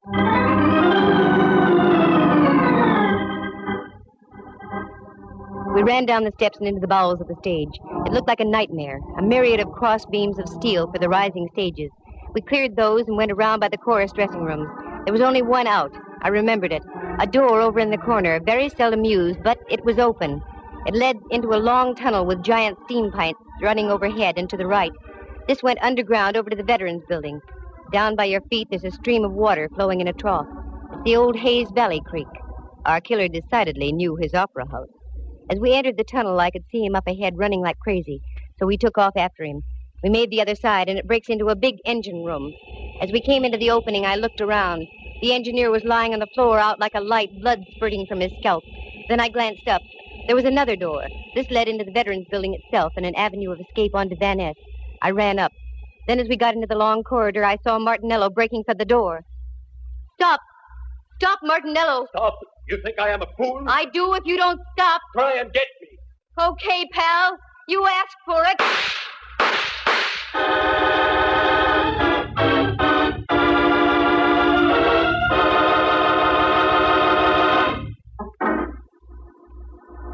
It was the first time I had ever shot a man. It didn't feel good. But he lived, and later the doctors of law gave him a little pill. The cyanide kind they dropped inside the gas chamber at San Quentin. Martinello paid his debt. Details? Sure, I'll fill him in now. Martinello loved to sing. Ray Mallard had told me that. For years, Carlo had been hanging around the opera house hoping to step into a role. This season, a director had jokingly told him that if he ran out of baritones, he'd let Carlo take over. Carlo took him seriously. He lured Salavini down to his restaurant on a fake emergency call, costume and all, and did him in. But then he became frightened. That's when he called me. It was worth $2,000 to have me hush things up. But I don't operate like that. He had a hunch I was going to tip off Mallard. That's when he removed the body from the icebox and dumped him into the bay. Carlo had also been at the performance of Tales of Hoffman. That's when he learned that they'd rustled up Rolf Herbert to sing in place of Salavini.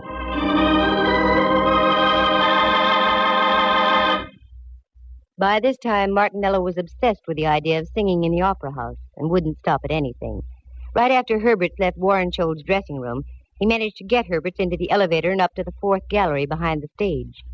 That scream was produced by a 6-inch stiletto through Herbert's heart from the hands of Martinello. And that's when our chase began. I hope I never see that tunnel under the opera house again. That Mallard and his sentiment. It was he who gave me that gun just a week before, for my birthday. He said I needed protection. Well, darn it, I do. But I can't get Mallard to believe me. Instead, he just gives me guns.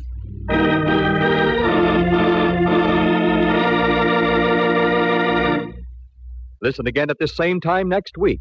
For excitement and adventure, just dial Candy Matson, Yukon 28209.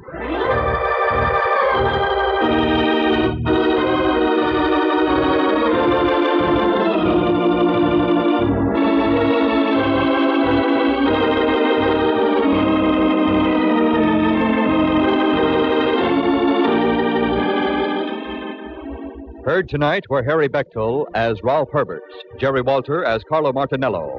Henry Leff plays the role of Inspector Mallard, and Jack Thomas is Rembrandt. Dorothy Warrenshold, star of the Standard Hour and the San Francisco Opera Company, was heard as herself. The program stars Natalie Masters as Candy and is written and produced by Monty Masters. With the exception of Miss Warrenshold, any resemblance to actual people in tonight's play is purely coincidental. Candy Matson comes to you from San Francisco. This is Dudley Manlove speaking.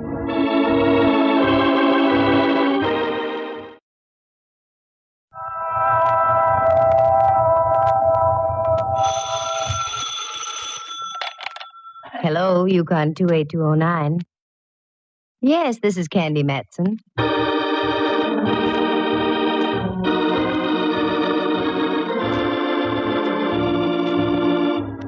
The National Broadcasting Company presents Candy Matson, Yukon 28209.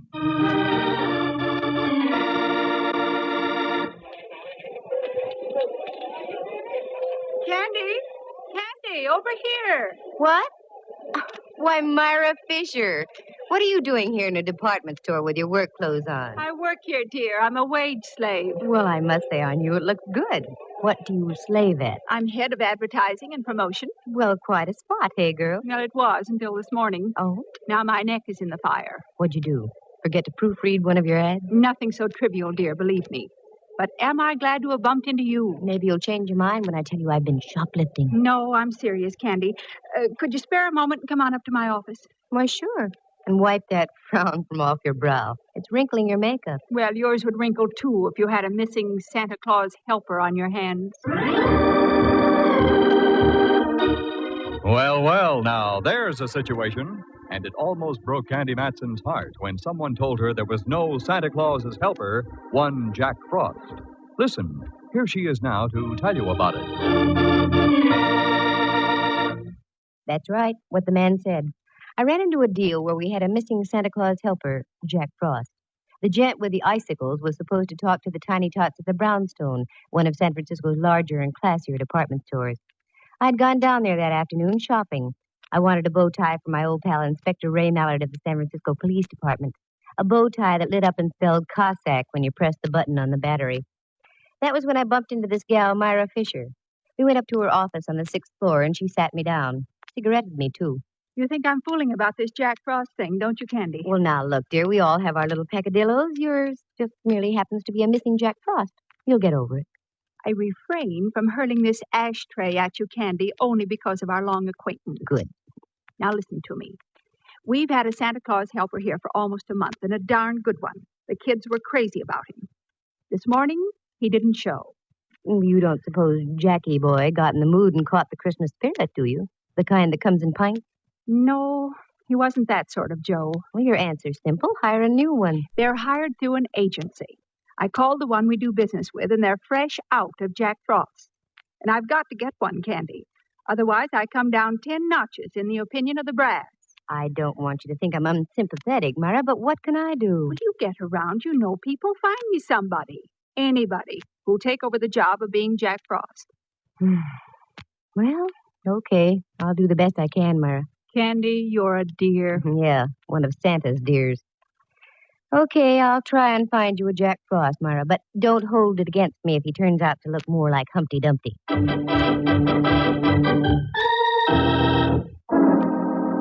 I went home and looked up the Webster definition of soft.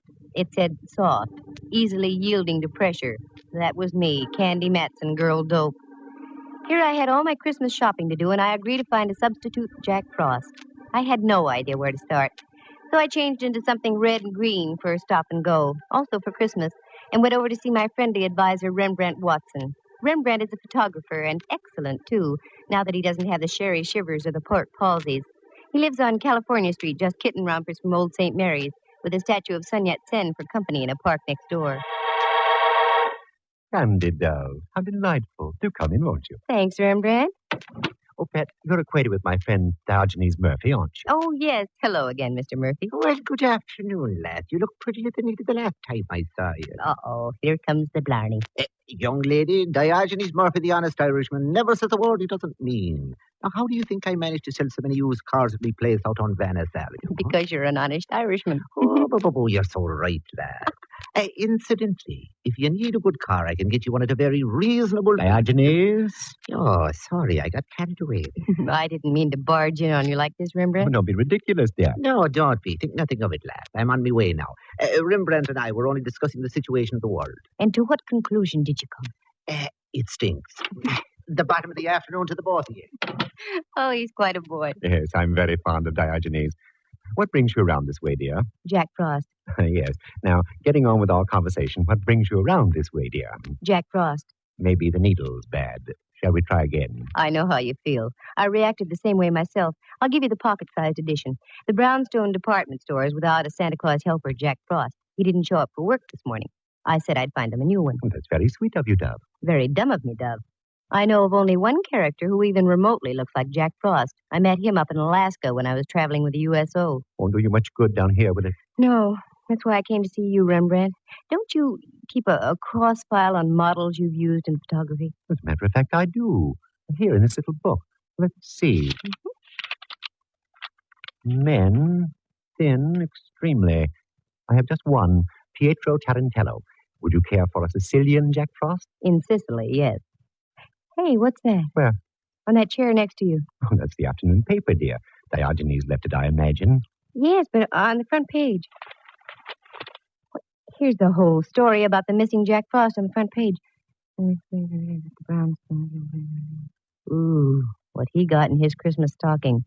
A slug through the head. That's no way to treat Jack Frost. And here's a picture of the guy without his false icicles. What the ham? Looks like he stepped right out of an 1890 Shakespearean play. I hate to say this, Rembrandt, but he resembles you. I take back what I said. Rembrandt. Divorce yourself from that tone of voice, Candy. I don't like it. Rembrandt, I've got an idea. You usually do. You like little children. Can't stand them. You like to talk to people. I abhor conversation. You like to be charming. Lost me charm. Gay. Lost me gay. With the help of a few icicles, Ducky, you're going to be Jack Frost.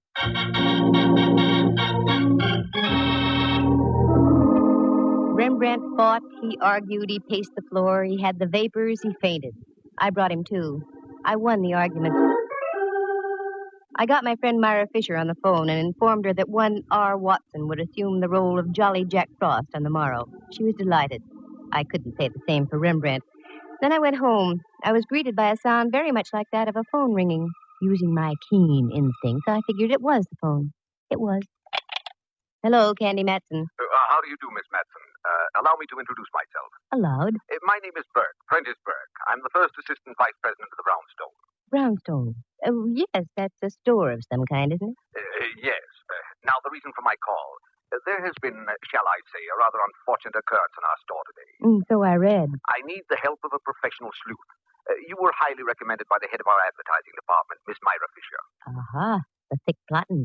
I beg your pardon. Oh, no need to. You didn't do anything. Okay, care to talk to me now, Mr. Burke? I'd much rather have you come down to my office, Miss Matson. This matter is of an extremely confidential nature. I'm your girl, then, figuratively speaking. How long will you be there? As long as necessary. That's up to you. Very well, I'll be there in half an hour if I can find a place to park. I only had time for a fast change, so I made it from Andescray to Taboo. I sniffed at it and felt I was on the right scent. Then I climbed in my car, drove down Kearney Street, waved a crisp single under the nose of a hotel doorman, and had my car taken care of. Then into the brownstone and up to Mr. Prentice Burke's office. I flipped a hip past the girl's secretary and walked on in. Burke was waiting for me. That was obvious. I could tell by the expression on his face. It was worried look number 12B. How do you do, Mr. Burke? I'm Candy Matson. Sit down, won't you? Thank you. Now, our subject is what? A man named Jordan. That's on another network. I beg your pardon? Oh, that's all right. Now about this Jordan. Yes, Ralph Jordan, to be exact. Well, that's a relief. For a moment, I thought you wanted to talk about Jack Frost. That's just it. He was Jack Frost. Oh, me and my big mouth. He was working here up until yesterday afternoon. Maybe you read about it. He was found shot today. Yes, I read about it. That's the reason I've called you. Why didn't you have your own store detectives take over, Mr. Burke? No. That would never do. I want no one in the store to know what's going on. Intrigue. Quite possibly. I have reason to suspect that Jordan was killed by someone in our employ. I want to find out who that someone was before the police do and get it splashed all over the front pages. Publicity conscious, eh? Business has been off all year, and any bad breaks in the press would hurt us that much more. Maybe you've got a point there, I don't know. I know I have. Okay, I'll take the job. You say you have a suspicion. What is it? Well, nothing tangible. It's just a feeling I have. Oh, that's a big help. Well, I'll mush around and see what I can pick up. I'll bill you tomorrow for my first day's work. It's much easier to sustain a friendship on a daily basis. I left Burke looking as though someone had just called his store a bazaar. It was closing time, so I hefted my way through the crush and retrieved my car from the doorman. The Hall of Justice is right on my way home, so I decided to drop in on my old pal Mallard, Inspector Ray Mallard of San Francisco Homicide. A nice guy to serve coffee to on Sunday mornings if you could ever lasso him. I never could get strong enough rope. Candy, what brings you around here? I hate to have my Christmas ruined so early. What about that Jack Frost character? Oh, yeah. Poor guy got it good. Where'd you find him? In his apartment over on 17th. He lived near Seal Stadium. Why so interested, Candy? Rembrandt's a dead ringer for the guy. I still don't get the gal who's head of advertising for the Brownstone was going out of her head for another Jack Frost. I talked Rembrandt into taking the job. Does sound funny, doesn't it? Bring me up to date, Mallard. Did you get any dope on the killing? Nothing but a .45 slug out of the guy's wall. Ballistics is checking it now. Nothing else? If I did, I should tell you. No, I guess not. This goes beyond just a normal curiosity, Candy. What are you drilling for? Oh, it's only that I'm worried about Rembrandt. I got him the job. I'm responsible. I wouldn't want anything to happen to him. Ask a silly question, Mallard, and you get a silly answer. Okay, let's forget it. How's about dinner tonight? I've fought this thing long enough. Okay. Candy. Yes, Mallard. We've known each other a good long time, haven't we? That's right. Ever since the fair on Treasure Island. We've had our little quarrels, little misunderstandings. Oh, but they never seem to last long, though, do they? No. That's why I feel I have every right to ask you a question. Why, yes, I'd say you do, Mallard. Maybe I'll ask you tonight. No, go ahead. Now's as good a time as any. Perhaps it is, Candy. You get around a lot. You meet people. Do you know where I can get a couple of tickets to the Rose Bowl game?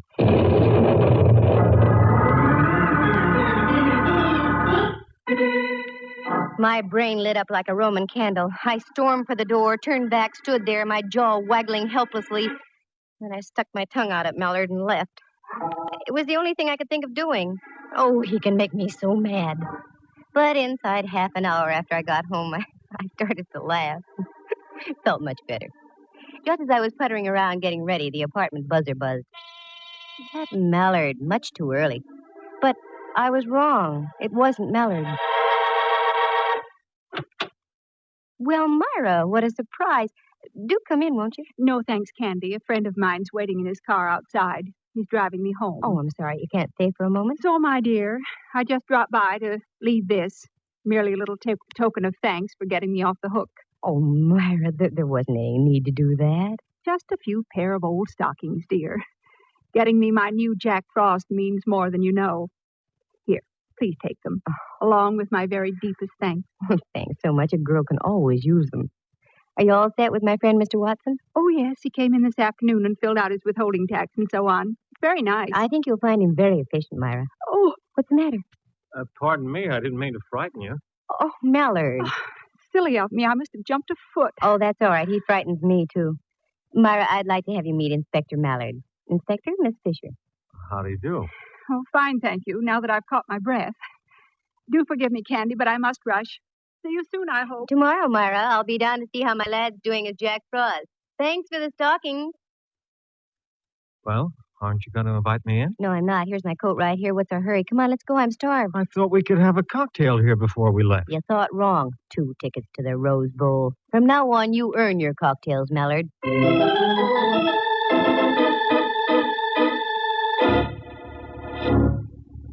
We went downstairs, and as I locked the front door, a car was just driving off. It was Myra, and she waved.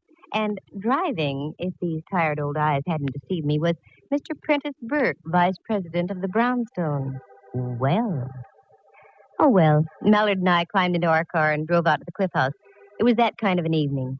We had dinner, and after I suggested we walk a bit. The night was crisp and clear, and the evening star was hanging out above the dark waters of the Pacific like an iridescent Japanese lantern.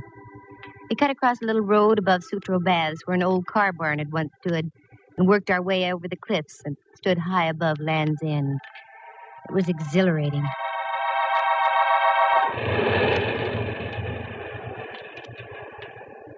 Penny for your thoughts, Candy.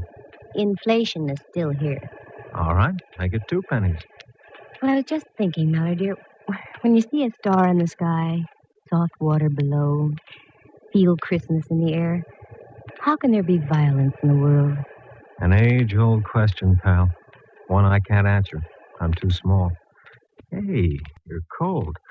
I better put my arm around you. Mallard, no. What's the matter? The headlights from that automobile are shining right down on us, and we... Mallard. Candy, what's wrong?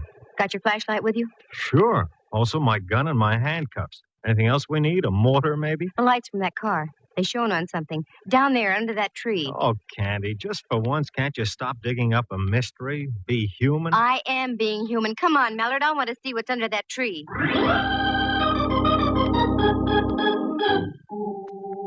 We scrambled around through the brush, slipped into some sliding sand, and rode the crest down to the tree. It wasn't easy to get around some of those brambles, but get there I fully intended doing because what I saw was red, bright red.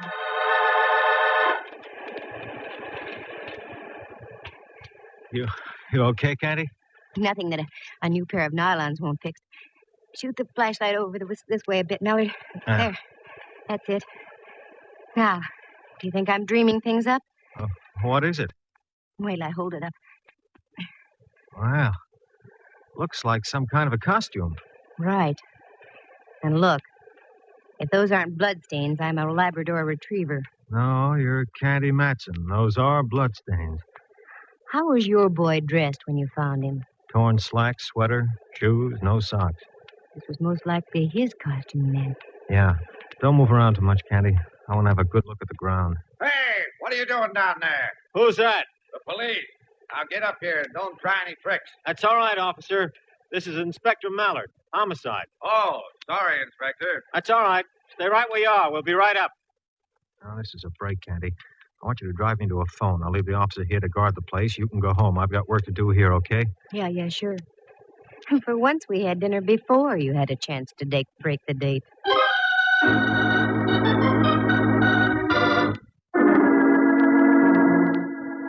This baby was hard to reconstruct. Was the guy knocked off out there at Land's End, or was he bumped off at his apartment, the killer driving way out to the beach and hiding the costume? Only time would tell. I went home, climbed into bed, and logged about 8 hours, enough to give me fuel for the next day. In the morning, I went down to the Brownstone. The shoppers were already swarming through the place. I spotted a floor walker and strolled over to him.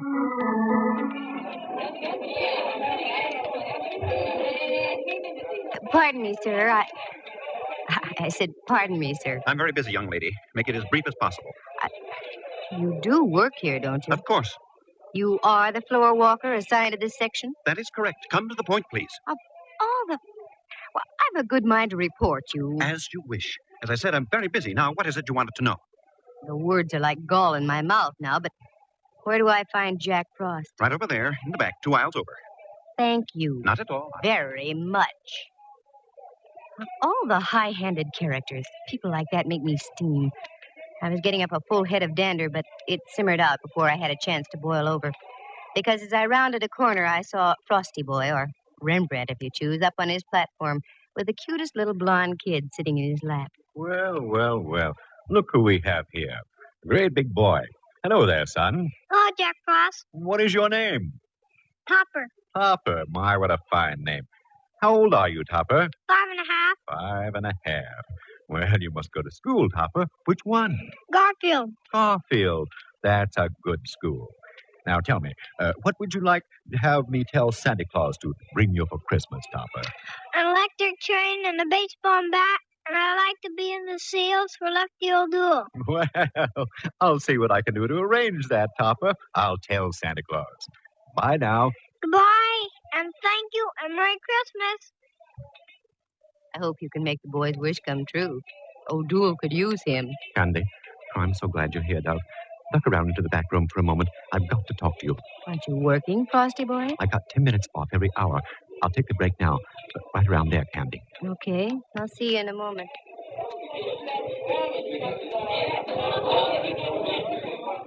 What's the matter, Rembrandt? Even under those icicles, you look warm under the collar. Here, look at this. Every now and then, one of these moppets toddles up to me with a Christmas letter in its hand.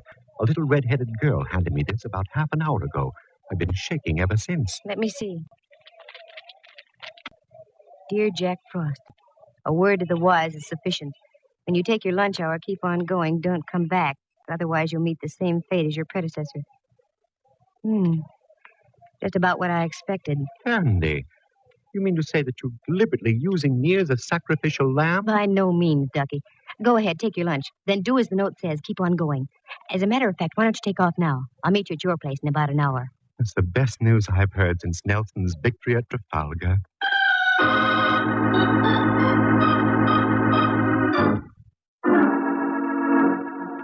I whipped upstairs, reported to Prentice Burke, got my first day's check, and on my way out told his secretary she better get Burke some smelling salt. Then I went back down on the floor again. Sure enough, there was my boy, the floor walker. I wanted to have a few more words with him. Oh, you again. If you don't mind. I was just up to see Miss Myra Fisher. She wasn't in. Have you seen her down here? No, and what's more, I won't see her all day. She phoned saying she was feeling ill. Most inconsiderate, I must say, during the holiday rush. Yes, I must say. Could you give me her address?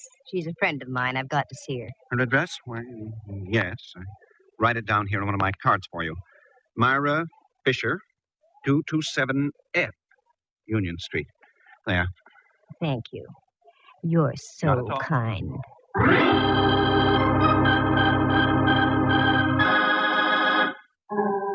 I had all the ammunition I wanted.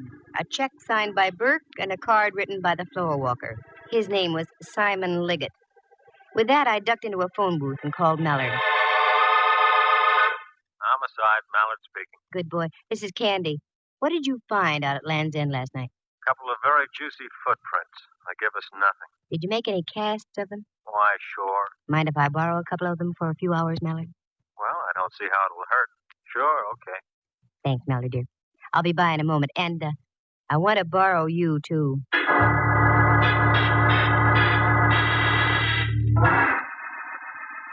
I stopped by the Hall of Justice, got the cast of the footprints, shoved Mallard into the car, and then picked up Rembrandt. The thing was only a hunch, but my hunches have paid off, so I never ignore them. First, we went out to an address on 5th Avenue near Clement. We got in the back door and went to work. Nothing made sense there. So we drove over to Reseda Way in the marina. Again, we got in and did some sleuthing. This time, we hit the jackpot. A pair of shoes in the closet matched the casts we had brought with us. Rembrandt, go out in the kitchen and see if this place has any ketchup. I'm not hungry, Dub, but look. What are you up to, Candy? We've got enough to swing a case here. I'm working for a voluntary confession, Mallard. Tell me, what was the position that the Jack Frost was in when you found him dead? In a chair, like that one. His head slumped down on his chest. Good. Here's the concept, Dove. When are you putting it on? You. What? Without the bun or relish, Ducky. Sit down there, will you, Rembrandt? Now, just go limp and let your head hang down. That's it. Now for a little seasoning. Look, Candy, you're smearing me with this sticky stuff. All for the sake of art. Hold still. There. How does he look, Mallard? Why, Candy, it looks like the same guy, the real thing. Good. Now, Rembrandt, you just sit like that. Don't move. Mallard, you duck into that closet over there, and I'll hide in here. We've got a good view of the front door from both places. Okay? Okay. There are times, Candy, when I admit I admire your genius. Genius, schmenius. Come on, let's hide.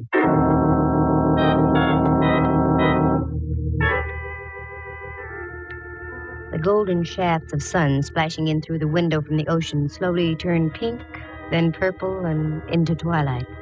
The minutes ticked on. Once... Bless you, but quiet, though, Rembrandt. You'll muss up your ketchup. 5 minutes, 10. Then we heard muffled footsteps coming down the hall and a key inserted in the lock of the apartment door.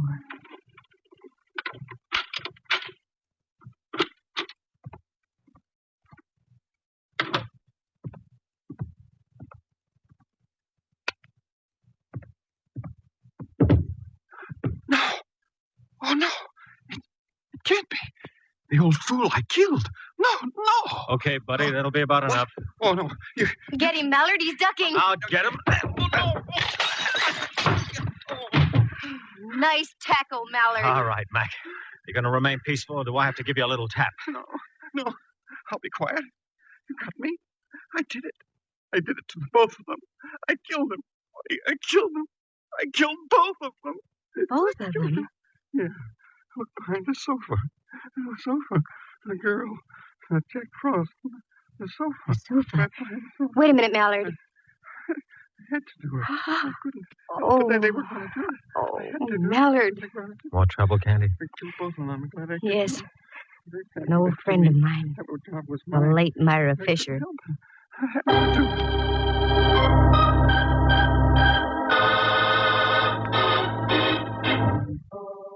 The whole thing was jealousy.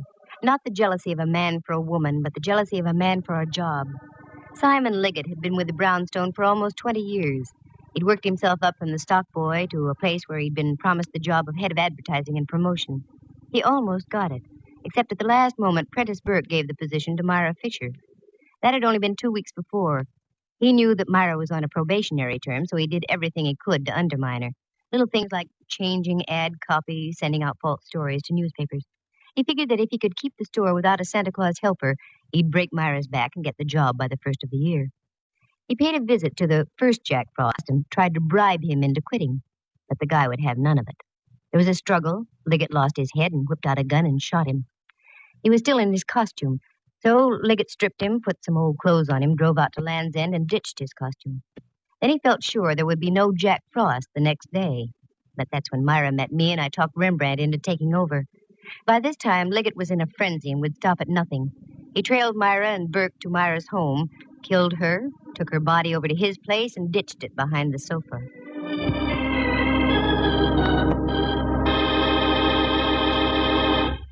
The next morning, he wrote a note to Rembrandt and gave it to one of the little girls waiting in line to see him. Fear and envy were taking their toll on the poor guy's mind. I wanted to compare the handwriting, so I had Burke write me a check and Liggett write Myra's address on a card. Also, we had the footprint cast. Between the two, everything pointed toward Liggett. That's when I staged my little parlor charade with Rembrandt playing the part of a corpse. The sight, with Rembrandt's resemblance to the dead Jack Frost, would shatter anybody into a confession. But Christmas, in spite of everything, is a lovely time of year. And there is a Santa Claus. 3 of them for me, as a matter of fact. Mr. Prentice Burke, who sent me a very nice check for my efforts. Rembrandt Watson, who, out of sheer love for the job, went back to playing Jack Frost for all the kids at the Brownstone. And last but not least, Inspector Ray Mallard. He gave me a Christmas sock, right on my mouth, just where any well-placed Christmas sock should go.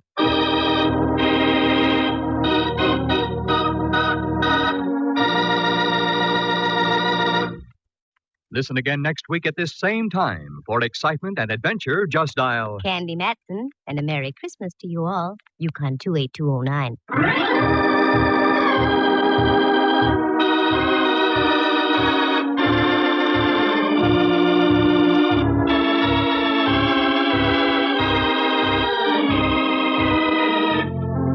Heard tonight were Helen Klebe as Myra Fisher, Lou Tobin as Prentice Burke, and John Grover as Simon Liggett.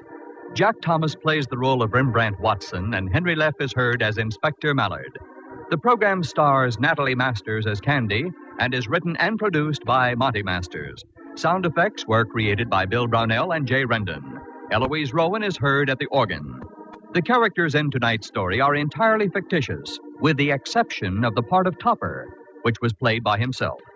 Any resemblance to actual people is purely coincidental. The program came to you from San Francisco. Dudley Manlove speaking.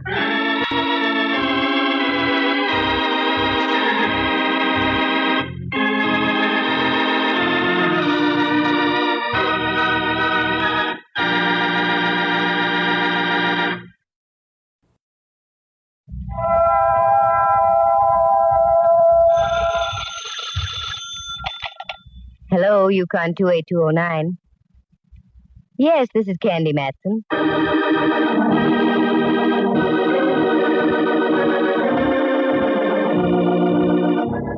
The National Broadcasting Company presents Candy Matson, Yukon 28209.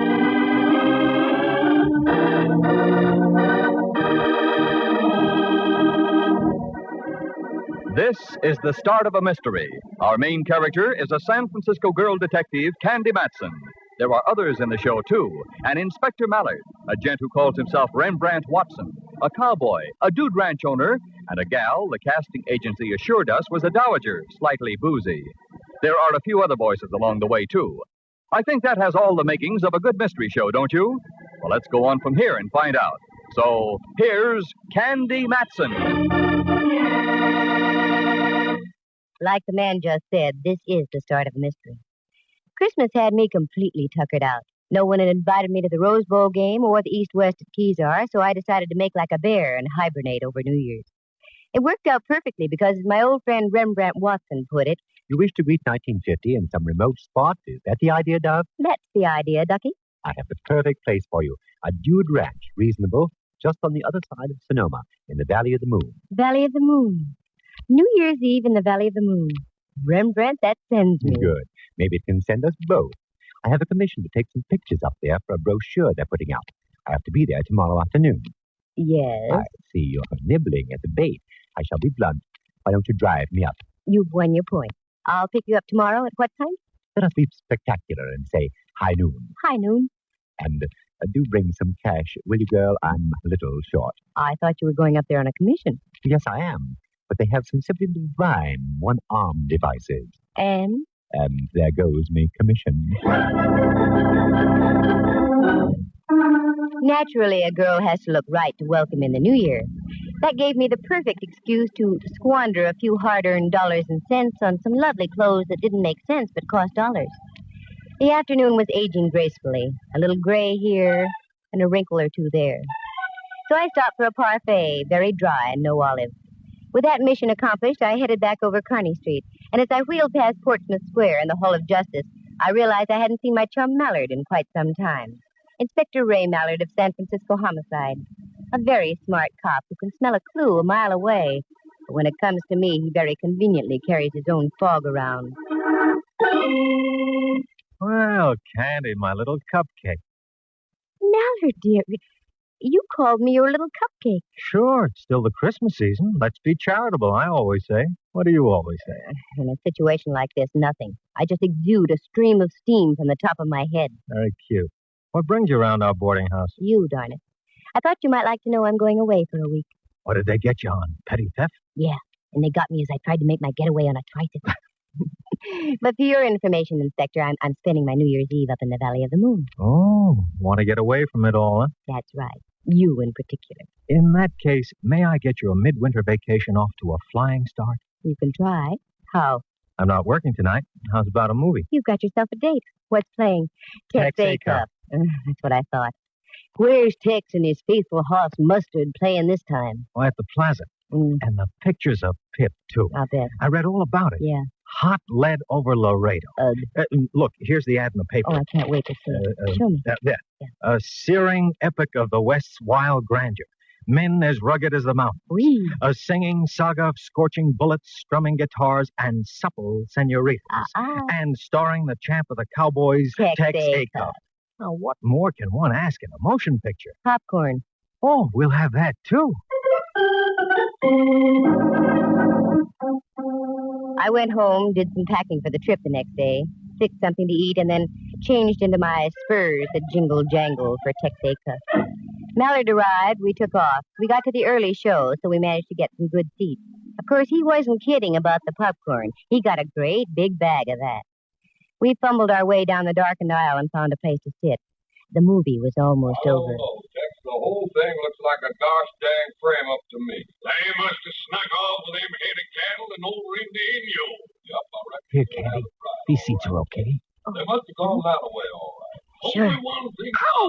Oh, sorry, lady. So am I, Pete. What's happened to Tex?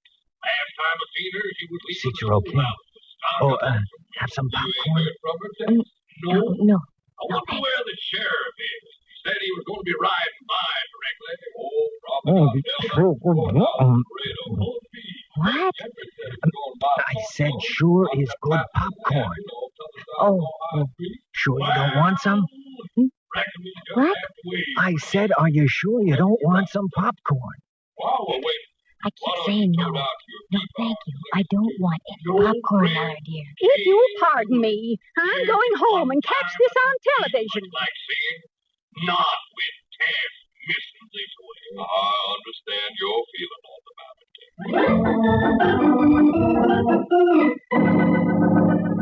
After hot lead over Laredo, I suffered through 6 reels of a bouncy college picture. Freshmen looked like holdovers from the early days of the war. Then a newsreel, then a cartoon, then the trailer, then again Texaco. So we got out about midnight, and I drove Mallard back to the Hall of Justice. As he got out of the car... Well. Oh, now that's what I call sharp dialogue. On leaving the lady, all he can say is, "Oh, well." Oh, nothing personal, Candy. Now he laughed at me. Well, I was just thinking. You're going up to the Valley of the Moon for a rest. Is that the idea? Well, yes. That and trying to get away from Texaco. I know you too well, Candy. You're not going to have any rest. Look at the headline on that paper in the newsstand there. Man missing in Sonoma mystery. And Sonoma can have it. Mallard, dear, if I so much as step inside the Sonoma city limits, you can come and lead me away quietly. You know something? I'm going to remember that. Mallard waved goodbye and went inside. I didn't like the way he said that. But I had other things to think about, such as getting home and getting some sleep. So I did. And in the morning, I drove over to California Street, picked up Rembrandt. We headed out across the Golden Gate Bridge up toward Sonoma. The Valley of the Moon wasn't too far, a couple of hours of leisurely driving with time out for readjustment. And you're there. Then another 8 miles north and east, and there was the Dude Ranch.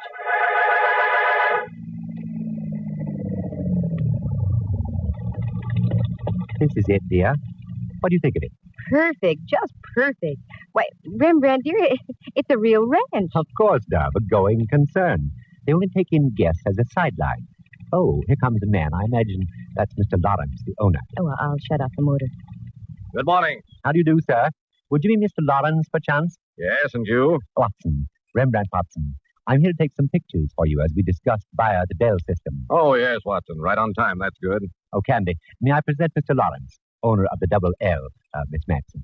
How do you do? Miss Matson was wondering if she could get accommodations for about a week, Mr. Lawrence. What? Now, wait a minute, Watson. I'm paying you a substantial fee for this job, and I won't get stuck with non-paying guests. Oh, I think you're laboring under a misapprehension. Hold it, Rembrandt. Look, Mr. Lawrence, I'm here as a commercial guest. I'm not asking for any favors. And I doubt if I'd stay here now if you got down on your bended knuckles. Oh, now, wait a second. I didn't mean it just that way. I apologize. It's only that, well, I've had some tough luck with people lately who seem to be only too intent on beating me out of their bills. Please, Miss Matson, excuse me. I just jumped to conclusions, that's all. I think you set a new record for the jump. Oh, forget it, Dove. Do. Okay, I'm sorry. Do you have room for me, Mr. Lawrence? Why, yes, of course. A delightful cabin just in back of the ranch house. Not being prepared, it'll take about an hour to get it in shape. Will that be all right? Yes, sure. We can eat in the meantime. Fine. I'll get one of the boys to fetch your luggage. Oh, you can park over there under the old stables. Oh, no garage? Well, again, I have to apologize, Miss Matson. The garage is overloaded now. We have a sheriff's posse up here. The owner of the ranch next to mine disappeared yesterday afternoon. The sheriff is searching the entire vicinity around here. Dove, are you all right? Well, speak to me, girl. What is it? I'm all right. I just happened to think of something Mallard once said last night. I pushed my assembled horsepower into the stables where they belonged, and Rembrandt took me by the arm and steered me into the ranch house. It was a beautiful place, a tall cathedral-like living room with a crackling fireplace about the size of Dante's Inferno at one end. Off to this one side of the fireplace was a cozy little bar. The sun was just going over the yardarm, so I figured an old-fashioned would be quite in order. Old-fashioned was right. Behind the bar was the personification of an old-fashioned cowboy. Real chaps, a leathery face, and little squint wrinkles around his eyes. Well, howdy, Tex. It seems like as if I done saw you in a movie last night. Howdy yourself, ma'am. Nope. Must have been two other cowboys. I've been working here at the Double L for almost 5 years. My mistake, partner. Matson's the handle. What's yourn? Is that the way cowboys talk, ma'am? Yeah, Hollywood and Vine variety. I'm glad to know you. Call me Jeff, Miss Matson. Check. This is Rembrandt Watson. Rembrandt? Jeff. Are those shoulders sewn in, or are they real? I'm afraid they're real. Hiya, Mr. Watson. You riding herd on all those bottles back there, Jeff? Yep, for better or worse. Chang, our regular bartender, took powder on us day before yesterday. Uh-oh. Seems like he picked a bad time to do a run-out. Oh, you mean the missing jet from Glen Valley? Glen Valley? Yeah, that's the ranch next to ours. Yeah, I understand the police are on the lookout for Chang, but he didn't do it. He's a good, honest Chinese boy. Even so, it's a bad time to disappear. Oh, I admit it doesn't sound good. Well, if you folks won't mind the efforts of an amateur dispenser, what can I do for you? An old-fashioned for me, Jeff. Well, that I can try. From now on, it gets easier. Rembrandt only wants the Coke. Well, I can sure fix that all right. Uh-oh. What's wrong? Here comes the Duchess. The Duchess? Yeah, one of our guests. She's been out here about 2 weeks, and she can go through distilled spirits faster than a buzzsaw through mushy pine. And I hope you're prepared to talk. Always, Jeff. Always. Hello, my dear. You just arrived, haven't you? Mentally or physically? Oh, my! A sense of humor, too. I shall enjoy your company. Are you staying long? Well, I'm not sure now. My plans are rather indefinite. Oh, you'll love it here, Miss... Matson. And may I present Mr. Rembrandt Watson? Charmed, I'm sure. As of now, me life has commenced. Oh, you delightful lad. Jeff, dear boy, make me just a little nip of the old favorite, will you? Sure. One painkiller coming up. Here's your old-fashioned, Miss Matson. Thanks. Mr. Watson, your coat. Thanks, sir. Young lady, you must be an actress. You look like one. Well, no, I'm not. I used to be an actress, a famous one. I toured all over the continent with the greatest of stars, the finest of plays. I was the toast of London, Berlin, Vienna. Yes, but I had kings and princesses worshipping at my feet. Oh. I was once the vortex of an international incident. But no matter. Those days are gone forever now. And here's your tonic, Duchess. What? Oh, thank you, Jeff. Well, as we used to say, here's to crime. What was that? It's a perfect toast. We have quite a mystery in this part of the country, young lady. And so I keep hearing. I can't understand. Mr. Ferguson had everything to live for. Mr. Ferguson? The man who owned Glen Valley. Wealthy, good-looking, in the best of health. You seem to know quite a bit about the gentleman, Duchess. Only what I read in the newspapers, and I can't understand it. Well, as I said, here's to crime. We dallied at the bar for a few more moments. Then Jeff informed me that lunch was ready, and Rembrandt and I ate. We managed to duck the Duchess. I don't think I could have taken her with food. After lunch, Lawrence showed me to my cabin. It was, as he said, delightful, with a warming flame in the fireplace. It was cheery and comfy, and I felt completely at home. Lawrence left to talk to Rembrandt. They were going to discuss the pictures he wanted taken. I felt like going riding, so I changed into my jeans and started to leave. But as I did... Oh, sorry, Miss Matson. I didn't mean to frighten you. Oh, well, you did, Jeff. No, I was just about to knock when you opened the door. Oh, that's okay. Was there something you wanted? Well, you're in riding clothes, and that answers my question. The question being? Well, were you going riding? You see, the boss wanted to know if you were going riding, and if so, did you want some company? I usually show the guests around the acres. Well, yes, that'd be wonderful. And how long do you want to be out, Miss Matson? About 3 hours or so. Sure. In that case, we'll take the deluxe tour, over across the back 60 and up through Manzanita Canyon. You know, when we get up to the top of Iron Mountain, you can see the whole Valley of the Moon. That's for me, Jeff. Let's hit the leather. Jeff was obviously born to the saddle and came into this world teething on a tether rein. You couldn't tell where the horse left off, and Jeff began, a real rider. We nosed out through the clump of ranch buildings and on into open space. I had a fine horse under me, and I really felt like I was living. We'd been riding about an hour when we came across a little stream. Jeff indicated we should stop and water the horses.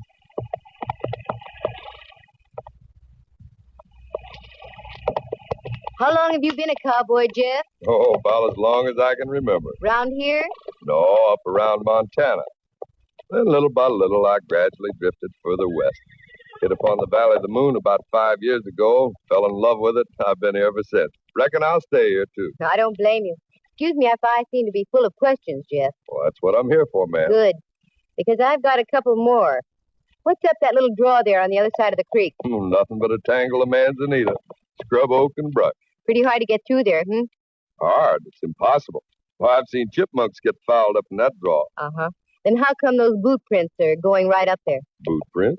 I don't see any. Well, hey, you're right. Either boot prints are the result of shoes with Cuban heels. Well, now there's a strange one. Exactly what I thought, too. Say, you know, something just dawned on me. Matson. Didn't I see your pictures in the Frisco papers a couple of weeks back? San Francisco. Beg pardon? San Francisco. Oh, yeah, San Francisco. Excuse me. Well, sure.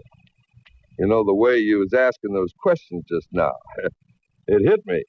You're a detective. I'm afraid you got me, partner. Uh-oh, wait a minute, Miss Matson. Listen. Let's duck, Jeff. Too late now. What's that? Well, whoa there. What are you doing over this way, Jeff? Hi, boss. Well, say, you give us quite a little start. You haven't answered my question. Oh, we just stopped to water the horses, Mr. Lawrence. Miss Matson here's a mighty fine rider. She wanted to make the big circle of the ring. Well, you certainly picked a fine time to do it. Whoa. The sheriff's posse is out around this way. You're liable to get shot.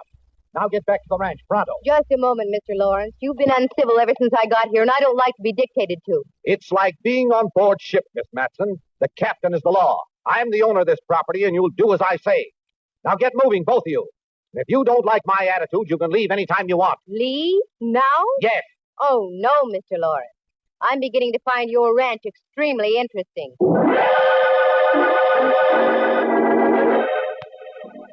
Jeff and I wheeled our horses about and sifted back to the ranch house.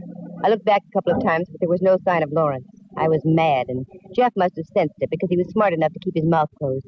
As I dismounted at the stables and headed for the house, he waved me a forlorn adios and disappeared. Just as I went through the door, I was greeted by Rembrandt. Oh, there you are, Dove. I was about to institute a searching party for you. Oh, I was safe enough until I came to grips with a thing called my own temper. What have you been doing, Ducky? I've had a most delightful afternoon, Candy dear. I've been playing canasta with the Duchess. Canasta? Ooh, you don't know how to play canasta. Well, I know that, and you know it, but I don't think the Duchess does. She celebrates each hand with a hefty pull on her bitters. How'd you manage to make any sense out of the game? That has me puzzled, too. All I do is put down some cards, any cards, and she'd congratulate me. Maybe you've got a green thumb for the game. Incidentally, I thought you were going to be taking pictures this afternoon. Called off on account of the law. Mr. Lawrence had to ride out into the lone prairie and deliver a phone message to the sheriff. He's making like ghost riders in the sky out there. Do go and change, dear. You smell of horses. Yes, I know. Oh, and incidentally, we're to have a soiree this evening. 2 more guests arrived. The cook tells me there's to be a little entertainment after dinner. Good. Around here, anything will be an improvement. I didn't tell Rembrandt I was going to change, so it wasn't a fib when I stayed in my jeans. I went back to the stables, got the boy to rig me another horse, and headed out toward that creek again. I rode faster this time, because I'd noticed something else there besides the footprints. It was a battered 10-gallon hat on the far side of the creek with studded initials JF on the crown. But when I got there, the cupboard was bare, but good. Not only was the 10-gallon hat gone, but the boot prints had been completely obliterated. I stayed for another few minutes of study and frustration and then went back to the ranch. I changed, met Rembrandt, had dinner, and then we relaxed in the living room. Oh, Dove, I'm so full. This outdoor living makes me ravenous. Outdoors? I don't think you've stepped out of this building since we got here. Well, then it's the thought of outdoor living that does it. Oh, there are the new arrivals over by the fire. Did you meet them? No. They looked at me as though I might soil their escutcheon, whatever that is. I can see what you mean. Hi, folks. Do you enjoy your dinner? Oh, hello, Jeff. Yes, it was wonderful. Has anybody seen Mr. Lawrence or the Duchess? We haven't seen Lawrence, no. The Duchess is over there writing a letter. Oh. Well, I hope you'll all drop around in about an hour. I'm going to do some singing and a little guitar plucking. Is there anything you don't do, Jeff? No, very little. But none of them too darn good either. Sure, we'll be here. Won't we, Rembrandt? What? Oh, yes, I go with 3 diamonds and a joker. Jeff left. Rembrandt snoozed, and I threw a wrap around my shoulders and took a stroll around the patio. The air felt good. I went over to my cabin, picked up some cigarettes, and started back. But as I came close to the cabin opposite mine... Oh! It was the Duchess. I'd recognize those tones and groans anywhere. Duchess? Yes? This is Candy Matson. Are you all right? Yes, I'm all right. Touch of indigestion, I should imagine. Oh, is there anything I can do? Can I get you something? Oh, what a dear thing you are. No, I'll be all right. I have these attacks all the time. You run along and enjoy yourself. Jeff is going to sing. He's such a dear boy. But you're sure you'll be okay? Yes, dear. You go along. Oh, here. Now, let me put a blanket over you. Here, and take off your shoes. You'll be ever so much more comfortable. Oh, you're so sweet. So pretty. You remind me of myself when I was young. Thank you. Thank you so much. I tucked the old girl in and left her to dream of the past and went back to the ranch house. Jeff was just pulling up a chair in front of the fireplace. Now, you'll have to understand, folks, I'm not a singer. I don't pretend to be. I just warble along the way I feel. Now, is there any particular kind of cowboy tune you'd like to hear? No, Jeff. Why don't you just sing a favorite of yours? Good idea. Just do what comes naturally. Okay, you asked for it. Let's see. Here's one I think you might like. Oh, bury me not on the lone prairie, where the coyotes howl and the wind blows free in a narrow grave, just 6x3. But bury... Oh, hiya, boss. Oh, I'm sorry, Jeff. Go right on with what you were doing. No, Mr. Lawrence. You arrived just in time. The entertainment's over. What? What are you talking about, Miss Matson? I said the show's over. Is the sheriff around? Yes, he and his men are outside. They're just leaving for the night. You better call him back, right now. The Duchess is dead in her cabin. What? Poisoned. Wait a minute. Sheriff! Sheriff Hobbs! Is that you, Lord? That's right. Can you and your men come back for a spell? Seems we have more trouble. Okay. We'll be over as soon as we tie up the horse. Now then, what's this all about? Well, I could tell you, Lawrence, but I think it'd be more proper coming from the star himself. Don't you think so, Jeff? Looks like this is it, doesn't it? You know, you're smart, Miss Matson. Like they say in that ad, never underestimate the power of a woman. That's right. That letter the Duchess wrote proves your point. What? How'd you get hold of that letter? I thought she wrote a duplicate. Is that it? Like you say, never underestimate the power of a woman. Wait a moment. I don't understand what's going on here. Go ahead, Miss Matson. You tell me. Looks like I'm not the star any longer. Well, Lawrence, up to about 2 weeks ago, you had as nice and gentle a cowpoke working for you as there ever was. Then the Duchess arrived. She wasn't kidding when she claimed to have mingled with nobility, important people. As a matter of fact, she had an inside tip about your ranch and the one next door, Ferguson's place, Glen Valley. Didn't you receive a fantastic offer for your property from a big wine company just recently, Lawrence? Why, yes, I did. So did Ferguson. They were going to merge the two places and make it one of the world's largest vineyards. I didn't know about that part of it. But the Duchess did. She wanted in on the ground floor. That's why she came out here. She tried to talk business with Ferguson, but he'd have none of it. So, in one of her boozy moments, she hit upon the idea of doing away with Ferguson. But she didn't have the nerve to go through with it. That's when she approached Jeff here and cut him in on the deal. Jeff was tired of the poor but honest cowboy routine, saw a chance to make some heavy sugar, and went along with the gag. Right, Jeff? She's got it straight so far, boss. Jeff, I can't believe my ears. Oh, that's nothing. Just wait a while. Jeff and the Duchess were out riding one afternoon when, by chance, Ferguson rode up, too, just where the boundaries of the two ranches meet. While the Duchess talked to Ferguson, Jeff sneaked around and back and bashed in his head. They hauled him up to that draw where you bumped into us this afternoon. I know now why you ordered us out of there. On the other side of that snarl of brush in Manzanita, there's a quicksand pit. That is now Ferguson's permanent residence. This is terrible.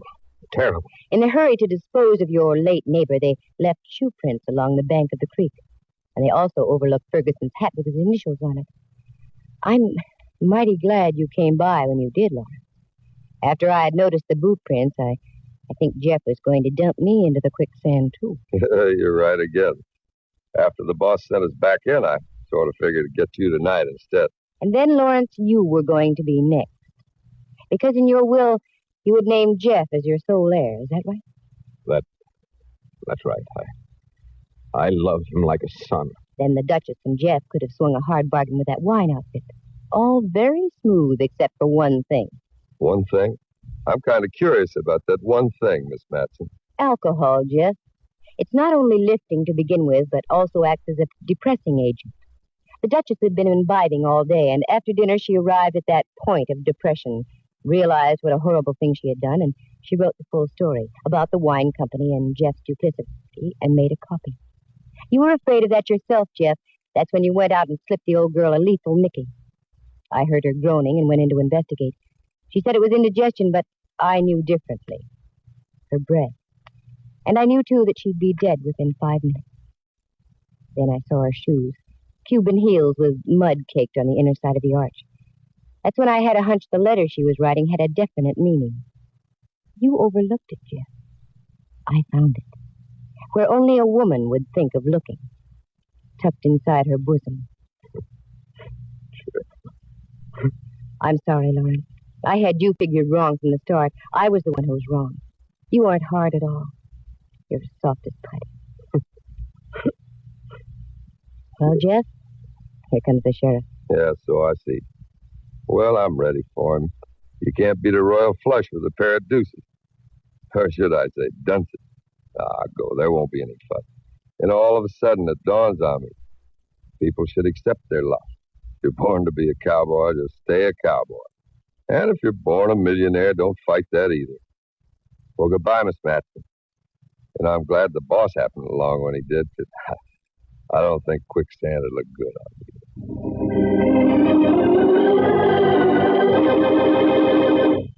Like Jeff said, he went quietly. No trouble. Too bad he wasn't content to be just a ranch hand, simple and unspoiled. Because as Rembrandt had noticed, he did have wonderful shoulders. He played the guitar, he sang, and he made fine old fashions. All in all, a very nice guy, except for 2 vices, hitting from the behind and poisoning. The Valley of the Moon? Oh, I'll go back. It's lovely. After all, one man with a snarled brain can't undo the work of the original master painter. Listen again next week at this same time. For excitement and adventure, just dial Candy Matson, Yukon 28209.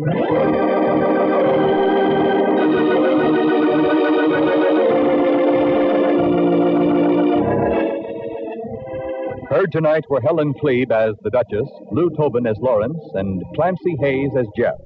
Henry Leff is Inspector Mallard and Jack Thomas as Rembrandt. The program stars Natalie Masters as Candy and is written and produced by Monty Masters. Sound effects were created by Bill Brownell and Jay Rendon. Eloise Rowan is heard at the organ. The characters in tonight's story are entirely fictitious, and any resemblance to actual people is purely coincidental. The program came to you from San Francisco. Dudley Manlove speaking.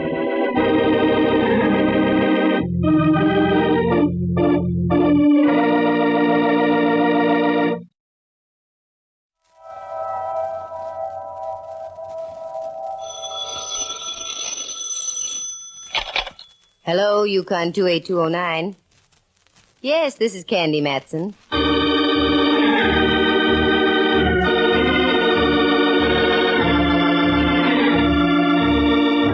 The National Broadcasting Company presents Candy Matson, Yukon 28209.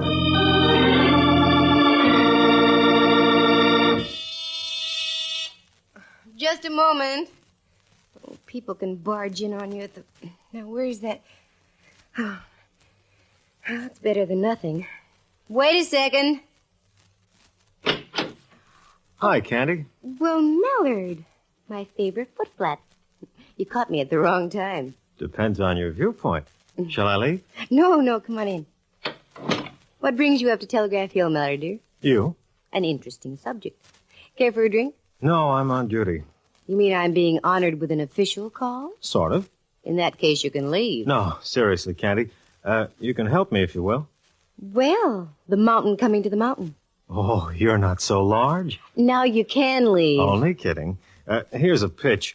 An acquaintance of mine, Gordon Ayers, has a little problem on his hands. He needs your help. What is this? Oh, don't get excited, Candy. He's an insurance adjuster for an aviation outfit here in San Francisco.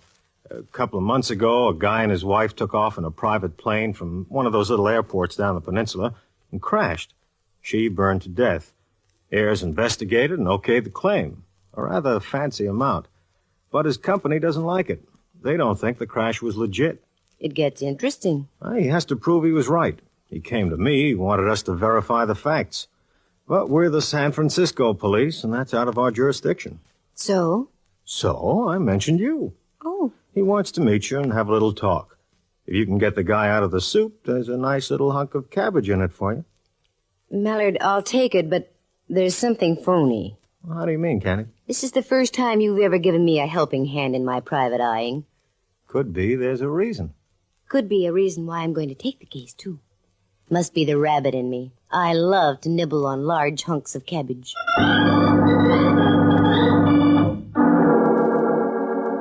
Do you recall the lyrics from that old song, the one that goes, "He floats through the air with the greatest of ease"? Well, that's what happened to Candy Matson, one of San Francisco's better-known private investigators. She found herself floating through the air all right, but not with the greatest of ease. As a matter of fact, it was one of the most hair-raising experiences this pert little gal detective ever ran into. Well, why go on about it? Here she is to tell you about it herself. Well, that's the way it started. Inspector Ray Mallard, an old friend of mine, and that's all I can call him, darn it, an old friend of mine, dropped by and insisted I meet this Gordon Ayers, an aviation insurance adjuster. Two things induced me to take the deal: Mallard's big spaniel-like eyes and the money angle. It was right after Christmas, and I was a bit short. Mallard left, and I took the slip of paper he had given me with Ayers' phone number on it, sat down by Amici's pet aversion, and doodled with the dial. Good afternoon, Pacific Seaboard Fidelity. How do you do? Is there a Mr. Gordon Ayers there? Speaking. Inspector Mallard suggested I call you Mr. Ayers. This is Candy Matson. Oh, Miss Matson, yes. Happy to know you. I imagine Mallard explained my dilemma. Not in detail, no. Well, the situation is quite complicated. I was wondering if we could meet and discuss it at length. Can we get together this afternoon? If you say so, yes. Time is of the utmost importance, Miss Matson. All right, you call it, Mr. Ayers. Splendid. I'm just leaving the office now. I have an appointment down the peninsula in an hour. Do you have a car? Yes, I do. Could you meet me at the San Mateo Airport? Cranston Flying Service. That's okay. About an hour and a half? Hour and a half. Fine. Goodbye, Miss Matson. This I didn't like. Already I was money in the hole. San Mateo Airport. Right on the water next to Bay Meadows, separated by the highway and a couple of salt marshes. Why should I have to meet the guy down there? Oh, me. Well, I drove down to the San Mateo Airport, found the Cranston Flying Service building, and got out of the car and waited. It was a nice afternoon, so I stood watching some of the planes take off and land.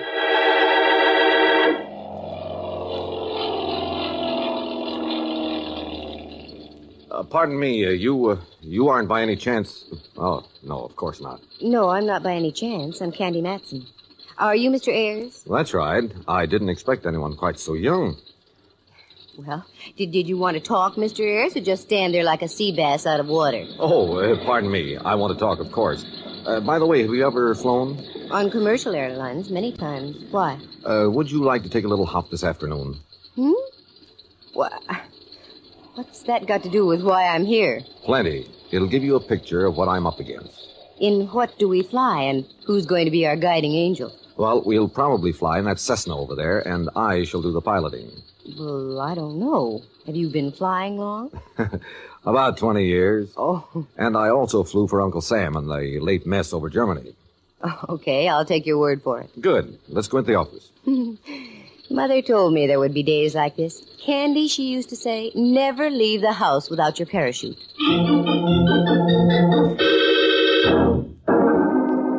We slipped through some prop wash, and I displayed a bit of silk that didn't belong to a parachute.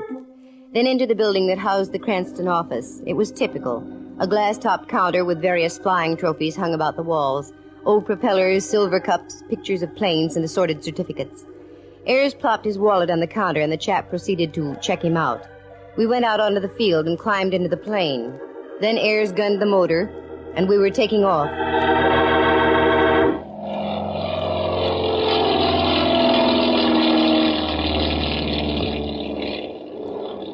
This is all very cozy, Mr. Ayres, but what's the idea? There's a very definite reason for it, Miss Matson. See that tower down there? Mm-hmm. No, down there toward Redwood City. Oh, yes, I see it. Oh, that's where we're going. About a mile east of that, there's a private airport run by a man named Folger. We're going to simulate a landing at that field. Well, I'm still not with it. I want you to notice all the physical qualities of that field as we come in for a landing.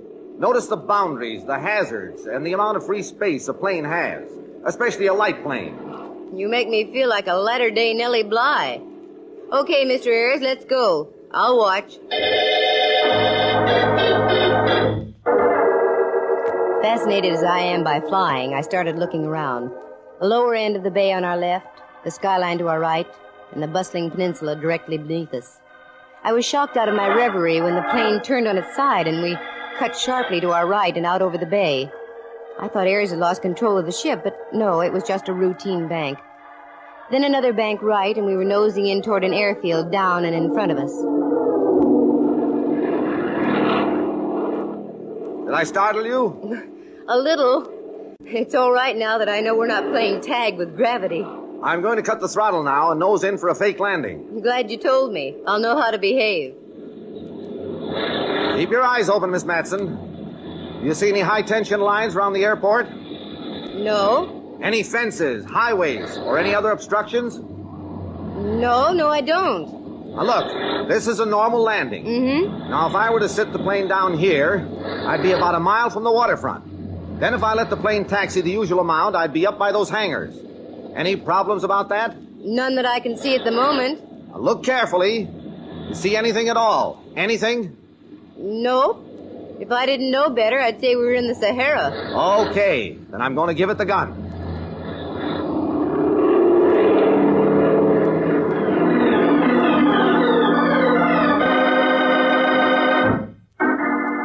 Without the wheels touching the ground, we were climbing into the sky again and back toward the San Mateo airport.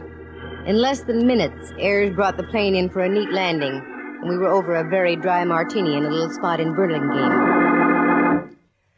Okay, we've played charades long enough, Mr. Ayres. Cut me in on the plot. It's merely this. The man who owns that airport, Folger, was out flying with his wife one afternoon. Brand new plane. They came in for a normal landing. Just as we did. As far as I could figure out, the plane nosed over, caught fire. He escaped. His wife didn't. As the adjuster on the case, I voted straight accident and asked my company to pay the claim. They didn't like the idea. You know how insurance companies are, Miss Matson. Naturally, they have to be suspicious. But in this case, their fears are groundless. Mm-hmm. What about Folger? Where is he now? Still running the airport. Now, let's get down to cases, Mr. Ayres. Just why did I get the free plane ride this afternoon? Well, I've known your friend Mallard for some time. I wanted him to sign this affidavit saying the field is perfectly safe for normal flying. He wouldn't do it. Naturally. Naturally, being with the San Francisco police. Then he suggested you. I have to have some licensed representative of the law's signature in order to clear my neck with my company. Here, you saw for yourself. Will you sign it? Whoa there, boy. Wait a minute. Feather your prop. You mean you won't sign it? I didn't say that. But I don't sign anything until I read the fine print, not even for my pal Mallard. I'll tell you what I'm going to do. I'm going to leave now, after I have another olive and what goes with it.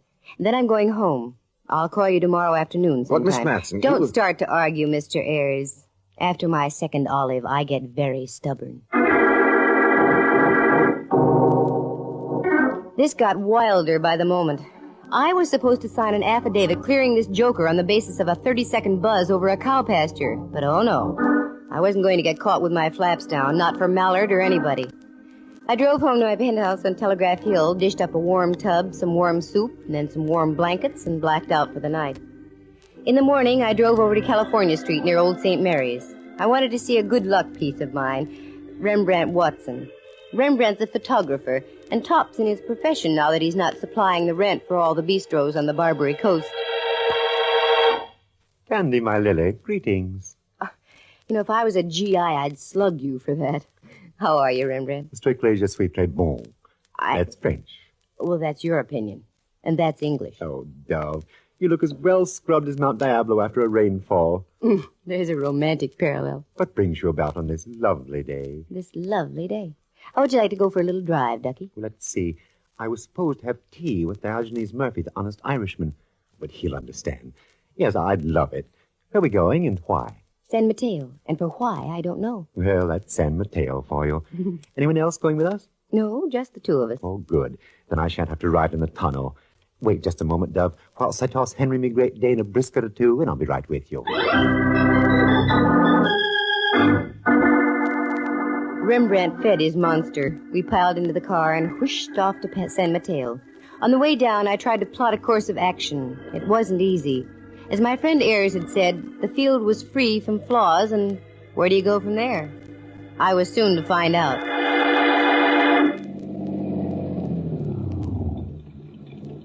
Is this our destination, Dove? That's right. Arid little spot, what? Yes. Reminds me of the recruiting posters I used to see for the Foreign Legion. Come on, Rembrandt. I want to see something. What, dear? The other side of this hangar over here. What's over there? The burnt fuselage of a plane. Candy girl, your sense of the macabre knows no bounds. Can't help it. This is business. Is that the one? I should imagine so. Quite a mess, isn't it? Ooh, what a horrible way to go. Look it over, Rembrandt. Anything strike you as strange? Wait a moment. Yes. Why are there tattered pieces of fabric on this side of the plane, and on the other, nothing but melted steel frame? Good point, Laddiebuck. And another thing. Look inside the cabin there. The safety belt on the other side. Intact. So it is. And I should sign affidavits yet. Wait till I see that Mallard. Pardon me. Was there something you wanted? Oh, how do you do? I don't like his looks, dear. Did you want to ride? Is that why you're here? We have Cubs, Cessnas, just about anything. No, nothing like that. Then, what is it? I happen to own this airport, and I don't like people poking about. The owner? Well, then you must be Mr. Folger. Why, yes. That's right. Who are you? Santa Claus. A little late. Come on, Mr. Folger. Let's go into your office. I'm sure we have a lot to talk about.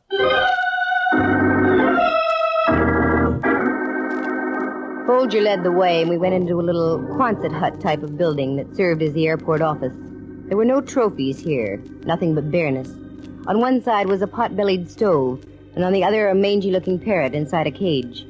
Folger motioned us to a couple of firehouse chairs and sat down himself in one that swiveled. Now then, what's this all about? I'm Candy Matson. This is my friend, Mr. Watson. I see. I'll be frank with you, Mr. Folger. I'm working with a Mr. Gordon Ayres of the Pacific Seaboard Fidelity Company. What? That's right. And they're holding up payment of your claim until Ayres can get a signed affidavit verifying his judgment. Fidelity! What in the world? Fidelity! Pay no attention, Miss Matson. That fool parrot picks up anything you say. I must admit this is somewhat of a shock. I thought it would be. Now, is there anything you can do to help me? Pictures, diagrams, anything like that? Yes, I have a complete file, including a newspaper photograph of the crash itself. May I see them? Newspaper! Crash! Quiet, you idiot. Quiet, you idiot! Quiet, you idiot! Yes, you may see them. I keep them in my apartment in the city. If you'd care to drop by this evening, I'll show them to you. Good. Supposing you give me a call when you get in town. Candy Matson, Yukon 28209. I'll write that down. Candy Matson, Candy Matson. That's right, Polly. NC 98012. I said quiet. Oh, someday I'll wring that blasted bird's neck. The only reason I keep her around is because she belonged to my wife. There. I'll call you this evening, Miss Matson. We left the place, got in the car, drove back down the road, and ducked into a little clump of trees well hidden. Rembrandt looked at me as though I was losing my mind. But in about 10 minutes, we heard the sound of a car coming from the airport. It roared past us, and at the wheel was Folger. That's all I wanted. I whipped us back to the Quonset hut, fully expecting the place to be locked tighter than a drum, but it wasn't. The door was wide open. What's the idea, Candy? Well, I'm not sure, Rembrandt. It's just a hunch. That open door, though, means we're going to have to work fast. Work fast? At what? My telephone number is Yukon, not NC something or other.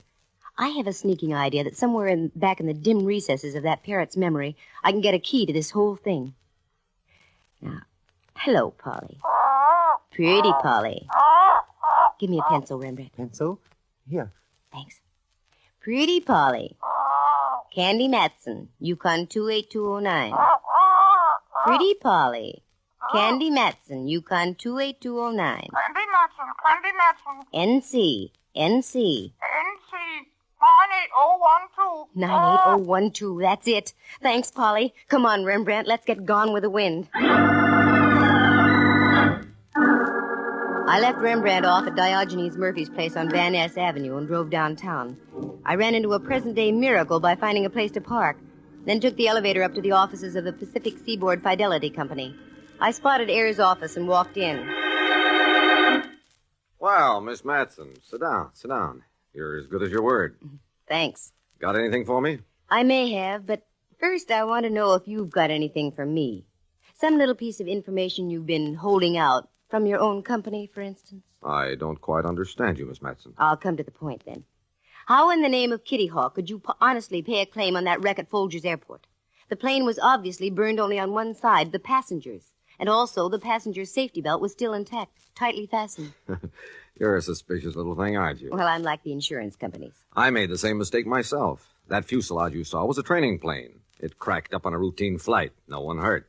The plane in which Mrs. Folger was killed was sold for scrap a week after my formal investigation. Oh, well, looks like I pulled the trigger on the wrong target. Oh, well, that's all right. As I said, I made the same mistake myself.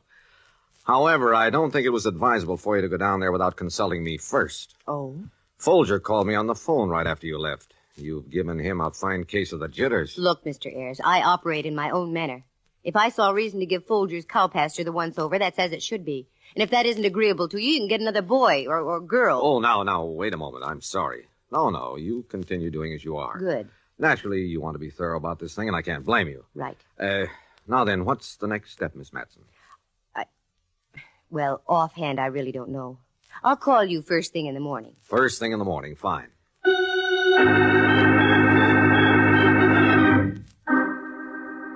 I knew what the next step was, but I wasn't telling Ayers or anybody. This was more than just working for a commission. I felt I was on to something now, and I was going to follow through.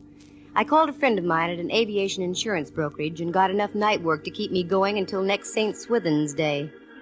I took my material home and started in. It was a history of every fatal plane crash in the United States for the past 10 years. About 11, I fixed some coffee.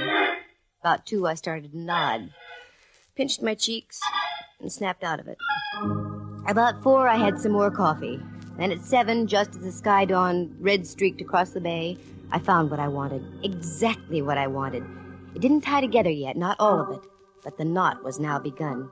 It only needed a little tightening. I stretched out on the couch, set the alarm for 9, and woke up right on schedule.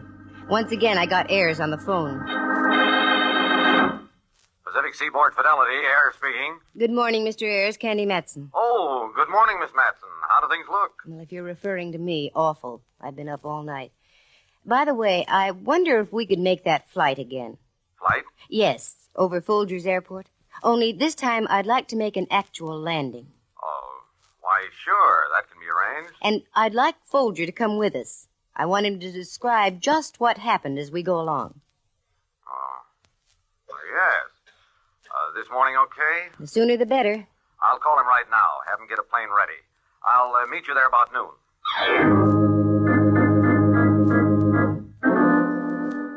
Now I had to work fast. I called Mallard, explained the situation, and he agreed to get one of his radio technicians and come along with me. We drove back down the peninsula, and I left them both at Cranston's flying service where they went to work. Then I continued to Folger's airport. It was a little before noon, and Folger had the ship out on the runway warming it up.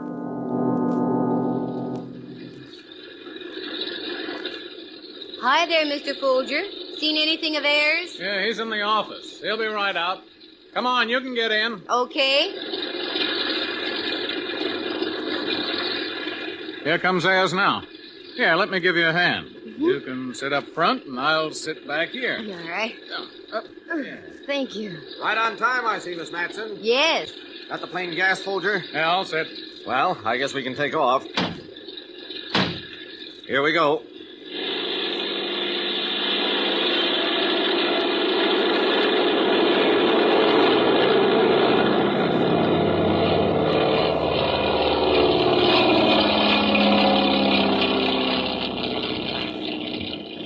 Now then, Miss Matson, what's your plan?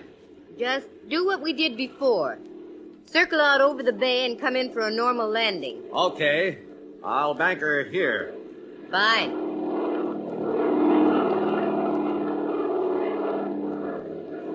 Now, is there any way for Folger to take the wheel? I beg your pardon? I said, is there any way for Folger to take the wheel? Oh, why, no, I don't think so. He's back there. That's because he can't fly, isn't that right? Isn't that right, Folger? What's she talking about, Ayers? I don't know. She must be out of her head. I'm not taking any chances with her. I'm going to set the ship down right now. The way you set it down with Folger's wife in it? So she burned beyond recognition? Why, you... I can get the whole story, Ayers. Look at Folger, white as a sheet. He's ready to talk right now, aren't you, Folger? Yes. I'll talk. I'll tell everything. Including the story about the same kind of crash in Toledo, Ohio? All right, you two, don't move. I assure you this gun is very deadly. You, Folger, open the starboard door. Go on, open it. God, you don't know what you're doing. Oh, yes, I do. And neither one of you are going to live to tell about it. Go on, Folger, get up by the door. Go on. God, please don't do it.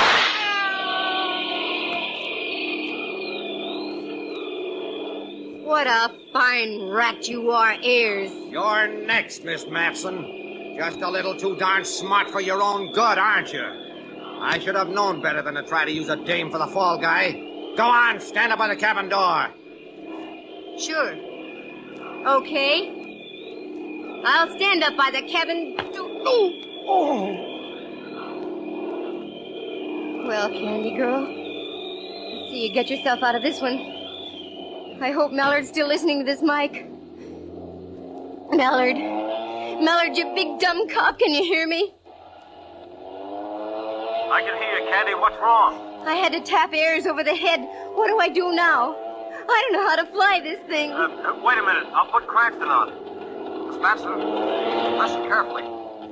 Take the wheel and hold it in the middle. Get your nose up a little. That's it. How am I doing? Fine. Now look down at the horizontal bar at your feet. Press the left one ever so slightly and turn the wheel left at the same time. Like this? Keep your nose up. Up, so it's just above the horizon. That's it. Keep it there. Better. Now straighten both the bar and the wheel. Slowly. Slowly. I've got it. Now you're headed towards San Mateo Airport. Now try to drift off to your right a little, using the opposite technique. Better? You're doing fine. Hang on, Candy. You're going great. Now look for the protruding gadget on the right side of the dashboard. Mark throttle. Push it in about a third of the way. I'm falling. Mallard, I'm falling. No, you're not. Just do as I say. You're coming in for a landing. Now don't move the wheel or the bars until I tell you to. Well, the ground's coming up awfully fast. You're coming in just right. Now ready? Pull back the wheel just a little. No, not too much. That's it. Okay, gal. Right her on in.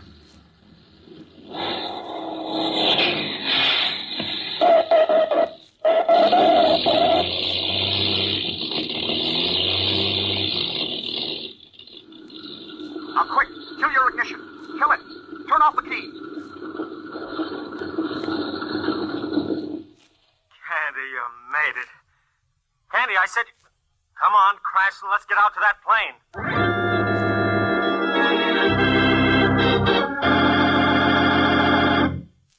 All right, kid? Yeah. My knees feel like I did the conga from here to L.A., but otherwise I'm all right. The boys will take care of theirs.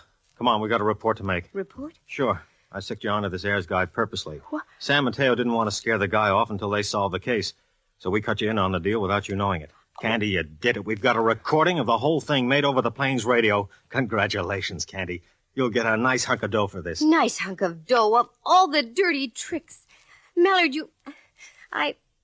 Oh, what's the use? I can't bawl you out now. I'm airsick.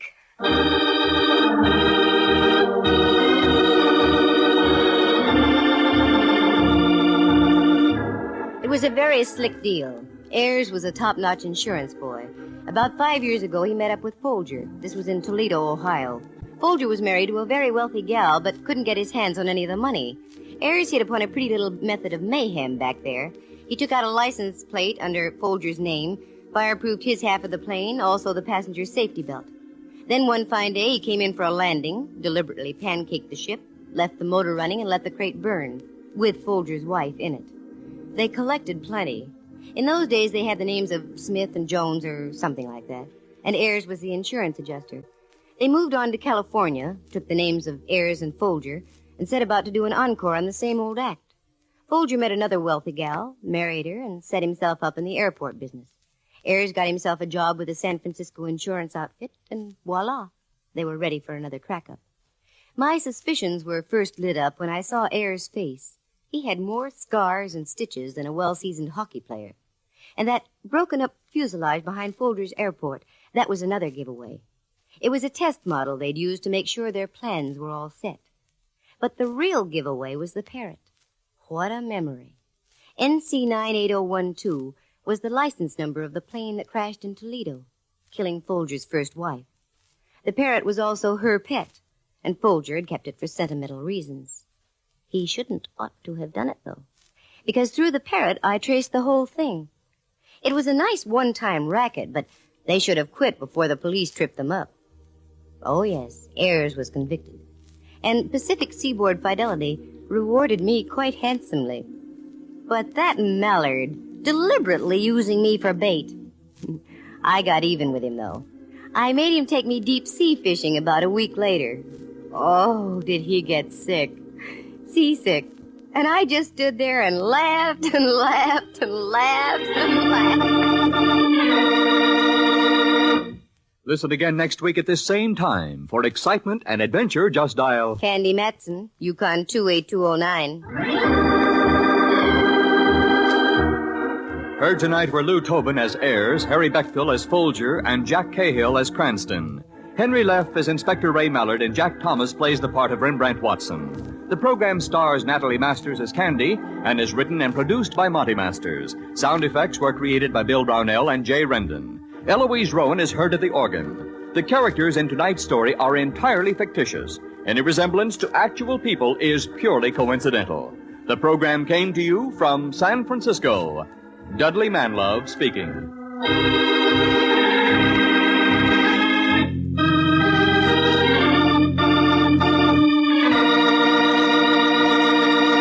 You are tuned for the stars on NBC.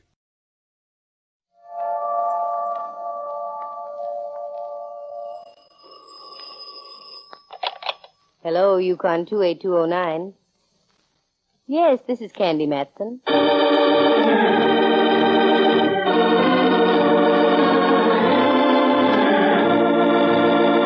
The National Broadcasting Company presents Candy Matson, Yukon 28209. Hello? Girl, this is Rembrandt. I've been trying to get in touch with you for the last 3 days. I've been smog-bound. What? I've been visiting an aunt of mine in Los Angeles, Ducky. A fate worse than death. However, I am glad to know you're back. How are you feeling for long-hair music, Dove? I can take it or leave it. Why? In this case, I hope you can take it. Ever hear of a gentleman named Eric Spaulding? The noted English symphony conductor? Oh, of course. I used to know him in London. He's here to conduct a series of concerts. Bully for him. I know where I can get him a baton wholesale. He needs more than a baton, Candy, dear. He needs help. That's why I'm calling you. What do you want me to do, look for the lost chord? You don't know how close to being right you are, girl. Anyway, he's going to drop by me place this evening. I wonder if you could come over, too. Well, I was going to hit the prone position early tonight, but if you really want me to be there, I'll do it. Splendid, Candy. Come for dinner, won't you? I just bought a new chafing dish, and I'm whipping up a tasty scraping of pasta rasson. Well, how interesting. It is. It's spaghetti a la Watson.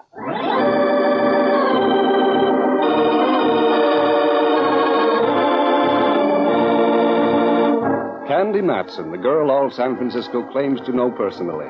That's because she hits the front pages of the newspapers more often than the Three Bridges. Kate, you came in late. Candy makes a tidy little living by minding her own business. The business being one of private investigation. Take this deal with Rembrandt Watson and Eric Spaulding. It sounded innocent enough to start with. A clue here, a corpse there can make a very interesting story. One that Candy Matson can tell you about herself right now. What did the man say? A clue here, a corpse there? Well, he's almost right. The corpse came first, the clue later. I also ran across the most ingenious device ever dreamed up to cause a man to lose his job. And I managed to get a little culture on me, whether I wanted it or not. Because in the course of this little deal, I got better acquainted with Mozart, Brahms, Beethoven, even Khachaturian. Bless you. It all began by accepting Rembrandt's invitation that night for dinner and a meeting with Eric Spaulding. For the sake of the musician, I climbed into a gown that made music as I walked. It was cut trimly on the grace notes and called for a reprise every other bar. Then I put on my coda and went over to Rembrandt's place on California Street opposite Old St. Mary's. Candy girl, welcome to Menard Hill, Lamasetti. Thank you, dear. Come in, come in. Breathtaking. Positively breathtaking. Thank you. You look gorgeous in that, what is it, Candy? If you just stop and consider the thousands of man-hours put in by little worms all over mulberry bushes, you wouldn't ask that question. Oh, silk. Mm-hmm. Where's the maestro? Oh, Eric hasn't arrived yet. He'll be here shortly. What's his problem, Ducky? I haven't the slightest idea, but he seems terribly upset. His worry seems to concern itself with his concert tomorrow night at the Opera House. These boys with the long hair and coattails to match, they're always worrying. I don't know how most of them manage to live so long. Oh, help yourself to the port, dear. I had some hors d'oeuvres, but Henry and the Great Dane beat us to them. Henry, heavens. I haven't seen him in ages. How is he, dear? Oh, I'm so glad you asked, Candy. He's missed you terribly. I'll let him in for just a moment. Oh, no, Rembrandt, I didn't mean that. He's missed you so, dear. Oh, Rembrandt, he's charging me. No, Henry, no. Oh, Rembrandt, help. He's got his paws all over my brow. Isn't that sweet? Such devotion. Candy, he adores you. Well, tell him to do his adulation from the floor with all four paws on it. Quick, Rembrandt, I'm becoming pigeon-chested. What a beautiful picture. Rembrandt. Mm? Oh, yes. Henry, down, sir. This instant. There we are. Now I know how that mud shoal in Chesapeake Bay felt when the big mole landed on it. Into the kitchen, Henry. Back to your side of beef. That's the lad. Oh, that must be Eric. Or another Great Dane. Eric, dear boy, do come in. Thank you. Ah, what a charming place, Rembrandt. So bohemian. That's one word for it. Personally, I call it cluttered. Candy, dear, may I present Eric Spaulding, Eric Candy Matson. How do you do? Really quite an honor, Mr. Spaulding. I've heard many of your European recordings. Is that a fact? Yes, I had a very good orchestra in London. Nice chaps all. Played well together. I used to know the producer on the Standard Hour. That way I became quite familiar with the playing of the San Francisco Orchestra. How do the two compare, Mr. Spaulding? That's like trying to compare the Atlantic Ocean with the Pacific. Both large bodies of water, but entirely different in characteristics. However, I feel the San Francisco organization would rate among the best in the world, with the proper conducting. And you feel you can give it the proper conducting? Most certainly. I see. Why don't you tell Candy about your innovation in music, Eric? I'm sure she'd be greatly interested. Oh, yes, I'm surely. It's nothing more nor less than applied showmanship, Miss Matson. I've always had the firm belief that music should paint a mental picture. I imagine the composers did, too. So I've made it a point to always include one number in my concerts where we play in fluorescent lighting. Oh, yes, I recall reading an article in Life about that. I've been severely criticized for it. I conduct with an illuminated baton. To me, the musical message is much better presented in that manner. The audience sits in the dark. It has a chance to interpret what the composer intended saying. Could be. I've been accused of everything from cheap theatricals to degrading the concert stage. But I'm sticking with it. I'm convinced the public appreciates what I'm trying to do. Rembrandt tells me you're bothered about something, Mr. Spaulding. Yes, I am. I'm an artiste, Miss Matson. I know only one thing, music. That's why I wish to speak to someone in your line, investigating and that sort of thing. That sort of thing leads to money. I know. And I'll be very glad to retain you, if you can help me find out what I want to know. And that would be? Someone is trying to sabotage me, Miss Matson. The San Francisco concerts are critical stepping stones in my career. I've given 2 concerts. Each time, during the selection, where we black out the lights, the orchestra, en masse, has hit one foul, rotten chord. Well, didn't you get it straightened out in rehearsal? That's just it. It never happened in rehearsal. I've checked the score afterward. Perfect. I've talked to the orchestra personnel. They're more amazed than I. To say the least, it must be extremely embarrassing at a moment like that. Believe me, words haven't been invented to describe such a feeling of mortification. The audience starts to titter, then laughs. By then, the whole thing has been shot to blazes. My reputation is at stake, Miss Matson. I see what you mean. I thought perhaps with your trained sleuthing instincts you might be able to help me. My old friend Rembrandt here recommends you highly. Thanks, old friend here. You've got me interested, Mr. Spaulding. When did you say your next performance is? Tomorrow night at the Opera House. Tell you what, I don't know what your contract calls for, but whatever it is, we'll split the fee and I'll go to work for you. What? Why, that's preposterous. Isn't the future of your career worth it, Mr. Spaulding? Why, Very well. I think it's outrageous, but what can one do? Okay. Now, when do you rehearse for tomorrow night's concert? Tomorrow morning at 10 o'clock. Very well, I'll be there. Just one word of caution. Pay no attention to me whatsoever. Make like as if I don't even exist. Agreed. Oh, I'm so glad everything's settled. Now we can get to the spaghetti Vasson. Me food is practically chafing at the dish. Let's have absolutely stuff, shall we? The spaghetti Wasson was magnificent. Rembrandt has the green thumb for taking the most ordinary food, adding a bird's nest or two and a dash of some witch's potion, and making it taste like ambrosia. There was only one drawback. For days after, you walked around like you had a red-hot barbecue pit in your stomach. I stopped off on my way home, bought a chronicle, completed the journey, and piled into bed. Then I read the paper, missed Kane, caught DeRoos, glanced at the radio column, and then concentrated on the musical section. There it was, Spaulding's concert for the following evening.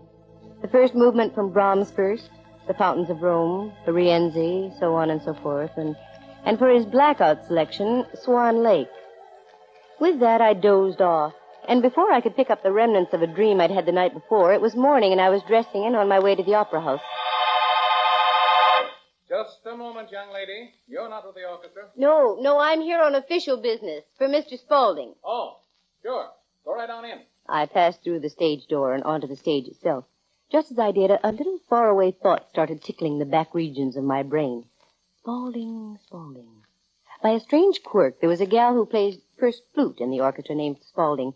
I worked my way around to where the musicians were unpacking their instruments. There she was, the gal herself. Hello there. Oh, hello. How are you? Fine, thanks. You don't remember me, do you? I'm Candy Matson. Oh, yes, the young lady detective. You used to drop backstage now and then to the Standard broadcast. That's right. Nice to see you again. Thank you. What's this I hear about the orchestra falling on its face the last 2 concerts? It's an amazing thing, Miss Matson. We're at a complete loss of words for an explanation. I understand it's front-page news all over the country. And why not? A thing of this sort is news. Eric's fit to be tied, of course. I can't blame him.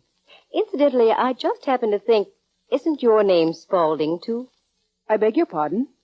I said, isn't your name Spaulding, too? Why, yes, it is. We spell it differently, however. Oh, so? Yes. Eric spells his name Spaulding. I have no U in my name. Mm-hmm. You both have a decided British accent. Oh, you think so? I rather thought I'd lost mine. No, hardly.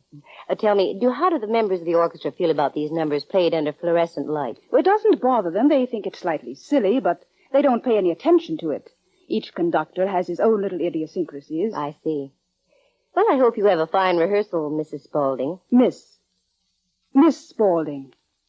Oh, yes, Miss.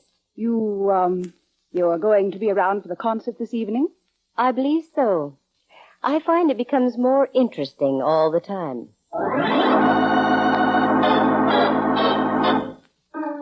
Something was phony with the gal, but I couldn't put my finger on it. I tossed it off and decided to think about that angle later. In the meantime, I ducked into a quiet corner of the wings and listened carefully to the whole rehearsal. Then it came time for the blackout number, Swan Lake.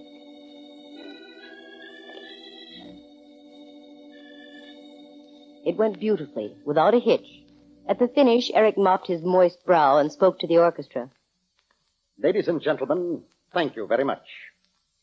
You all know what has happened in these particular spots. The rehearsal this morning has gone beautifully. I thank you. I hardly think I need to remind you that tonight's concert will be critical, to say the least.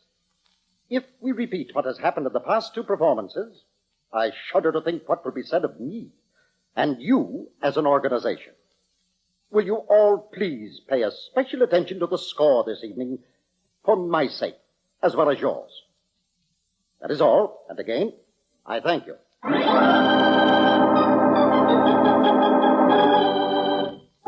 With that, Spaulding dismissed the orchestra. I waited a reasonable length of time, then dropped around to his dressing room. The concertmeister was in with Eric, so I waited. And waited. Finally, he was alone. Or so I thought. Oh, Miss Matson, come in. Oh, I'm sorry, Mr. Spaulding. I thought you were by yourself. Oh, 1,000 pardons. Miss Matson, may I present Waldo Raimondi, my arranger. Mr. Raimondi. A pleasure indeed. Now, there was something you wanted to talk about, Miss Matson? No. Oh, that's all right. I'm just pushing off. Do that, will you, Waldo? And take care of that second bar after letter K. It should be an A natural. No, Eric, not an A natural. It should be A flat. Ah, yes, that's right. A flat. Yes. I'm so upset. Well, take care of it, will you, Waldo? Righto. I'll see you back at the hotel. Very happy to have met you, Miss Matson. Also, Mr. Raimondi. Well? Well, yourself. I don't understand. Neither do I. Let's both get with it. Are you acquainted personally with any members of the orchestra here? Oh, in a vague sort of way. How vague would your friendship with the first flutist be? How did you know about her? I didn't, but now you've told me. Almost. What about her? I was hoping this would be kept quiet. She was my wife. I had a hunch it was something like that. Could she have anything to do with your lack of grace notes? No, not Nona. Nona? The former Mrs. Spaulding. Well, we've got to start somewhere. She's as good a target as any. I'm afraid you're on the wrong scent, Miss Matson. Nona and I had our differences. We split up. She came to America and joined the orchestra here in San Francisco. She's respected and admired. She wouldn't do anything to jeopardize her musical career, I'm sure. But she might yours. Have you cut up any old capers since you've been here, Mr. Spaulding? No, we haven't spoken.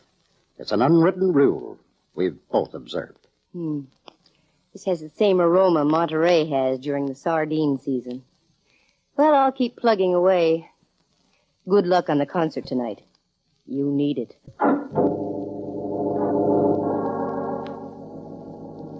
The hotel where Spaulding and Company made its headquarters was just a hop, skip, and a jump from the Opera House. But I would have looked silly getting there that way, so I drove. A simple question produced results. Waldo Raimondi was in room 1812. And before I could ponder whether that was from the overture of the same number, I was there. Come in, please. Oh, hello. Come in, won't you? Thank you. I hope I'm not disturbing you. Oh, no, not at all. Seems we have a music lover in our midst. However, don't you think Eric might resent this little visit? Why, you little... Cut it, Raimondi. You're lucky I only slapped your face. I'm here on business only. Get out of here. Not yet, small time. I want to have a little talk with you. Who do you think you are, walking in here and making demands of me? The name is Miss Matson. That doesn't mean anything to you, I'm sure, but I happen to be a private investigator. Oh. Oh, I'm sorry. I didn't think that... you will forgive me, won't you? I'll call a meeting of the board and let you know. I've got a couple of questions to ask. Give me the right answers and we'll both save time. Gladly, if I can. How long have you been with Spaulding? Almost 17 years. Did you know that the first flutist here was once his wife? Yes. We don't talk about it. Neither do we talk to her. What about this studied confusion that's occurred during the last two concerts? It's most incredible. None of us can understand it. No, none of us. Doesn't it strike you that a whole symphony orchestra just couldn't possibly go sour unless the whole symphony orchestra had agreed? Or unless the score was wrong. But that couldn't be it either. Both Eric and I have checked immediately afterward, and that leaves us... nowhere. Exactly. I have only one further suggestion. And that would be... Get better acquainted with Nona Spaulding. What do you mean by that? You're a private investigator, Miss Matson. Why not apply the tools of your trade?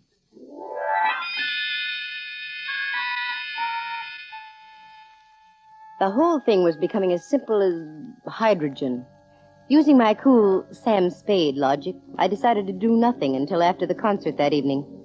So I went home to my penthouse on Telegraph Hill, showered, and slipped into something movie writers would have described as... comfortable? Then I called Rembrandt on the phone.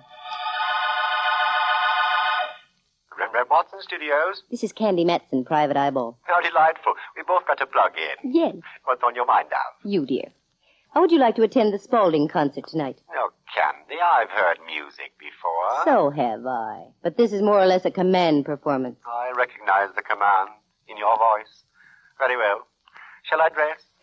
It's customary, isn't it? I mean, how would you like me? In soup and fish? No, Ducky, I've seen your soup and fish. It's covered with soup and fish. No, just come as you are. Oh, Candy. Very well. As you say, dress. I'll pick you up about 7:30. Splendid. Where are we sitting? The Diamond Horseshoe? That's right. Backstage in the wings.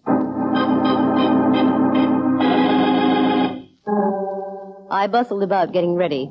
As long as I was going to be backstage, I didn't have to get too fancy. So in practically nothing flat, I was out in the car and once again driving over to Rembrandt's place.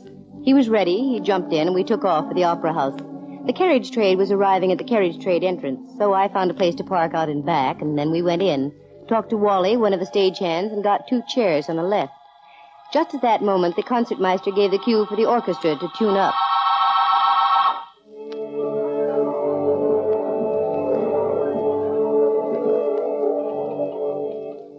That was Spaulding's cue to float out from stage right and make his entrance. He carried more ham per pound than you'd find in a Chicago stockyard. He minced to the podium, bowed, scraped, and faced the orchestra. It all started nicely enough, even though the orchestra was playing as if it were sitting on eggs. First the Brahms, then Fountains of Rome. They took a bath in the first fountain. It felt so good they went on to another. Then another, and they were through all the fountains. Now it was time for the production number. The lights dimmed. The fluorescent lights on the music stands came on. Spaulding flipped a switch and his baton lit up. You could feel a tenseness come over the audience, and the orchestra started hatching its eggs. Eric gave the downbeat, and Swan Lake was underway.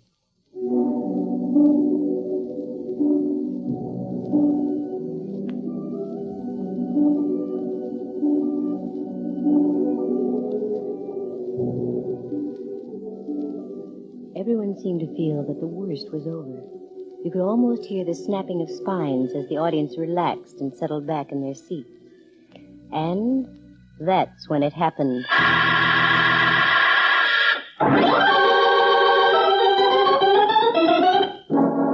It had happened again. The most horrible-sounding chord I'd ever heard. The audience stood up. This time there were no laughs, just a stunned amazement. The orchestra stopped playing, and Spaulding threw his baton on the stage and walked off into the wings. Slowly, the orchestra followed. I was just as dumbstruck as the rest. Then I got my wits about me and ducked around to the rear. Come on, Rembrandt. To where, girl? Anywhere. I want to talk to people, find out what happened. Don't you know? They blew a king-size clinker. Oh, that was well established. It'll be heard round the world. But I want to find out how it happened. Uh-oh. There's Spaulding talking to Raimondi. I'm ruined, Waldo, through. Washed up. How can this sort of thing happen? How can it possibly happen? Oh, look, Eric, calm down. It's not as bad as you're making it out. I'm not making anything out. I'm facing the facts. I'm through. Do you suppose I can face the critics, the public, after 3 successive performances like this? Oh, there you are, Miss Matson. A lot of help you've been. You let it happen again. Cool off, Buster. You can't avoid something happening when you don't know what that something is. This is a something that's never been written into the books. Or wait a minute. Hasn't it? All of a sudden, I've got me an idea. Great heavens! By all the prophets, what's going on here tonight? If you'll forgive my sudden departure, I intend finding out.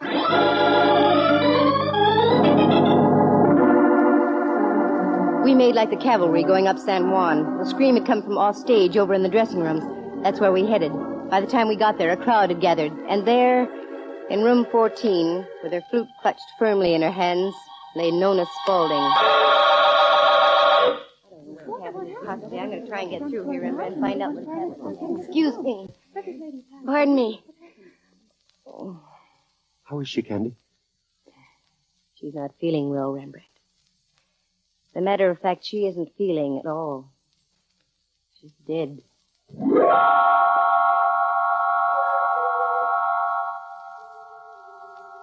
This was the kind of development I hadn't counted on at all. An orchestra coming apart like wet tissue paper is one thing, but murder is another. That's where my friend Inspector Mallard comes into the picture. I made a call to headquarters, but he was out. So instead, a couple of his boys came over. I left the entire thing in their capable hands and tried to clear up a little unfinished business of my own. You still play the cello, Rembrandt? Strictly for my own amusement, Dove. Why? Well, you know music. Take a look at the score. Right about here. Oh, yes. This is just about where they hit that foul chord. That's right. Notice anything wrong? Let me see. This bar looks all right. And so does this one. They didn't get past this point. Look carefully. Why, yes. Little indentations alongside the notes. Ever so slight, but there, nevertheless. The pattern is beginning to take shape, Rembrandt. And if you'll look again, you'll find these little irregularities throughout the whole score. Candy, you're right. Now's as good a time as any to find out if I'm right or not. Wally! Wally! Is that you, Candy? That's right. Do me a favor, Wally. When I shout now, switch on the fluorescent lights, will you? Okay. Now hand me that score, Rembrandt. We'll place it on the music stand like this. Good. Keep your eyes on this bar right here. Don't look away for 1 instant. Now, Wally. Okay. Watch now. There are the lights.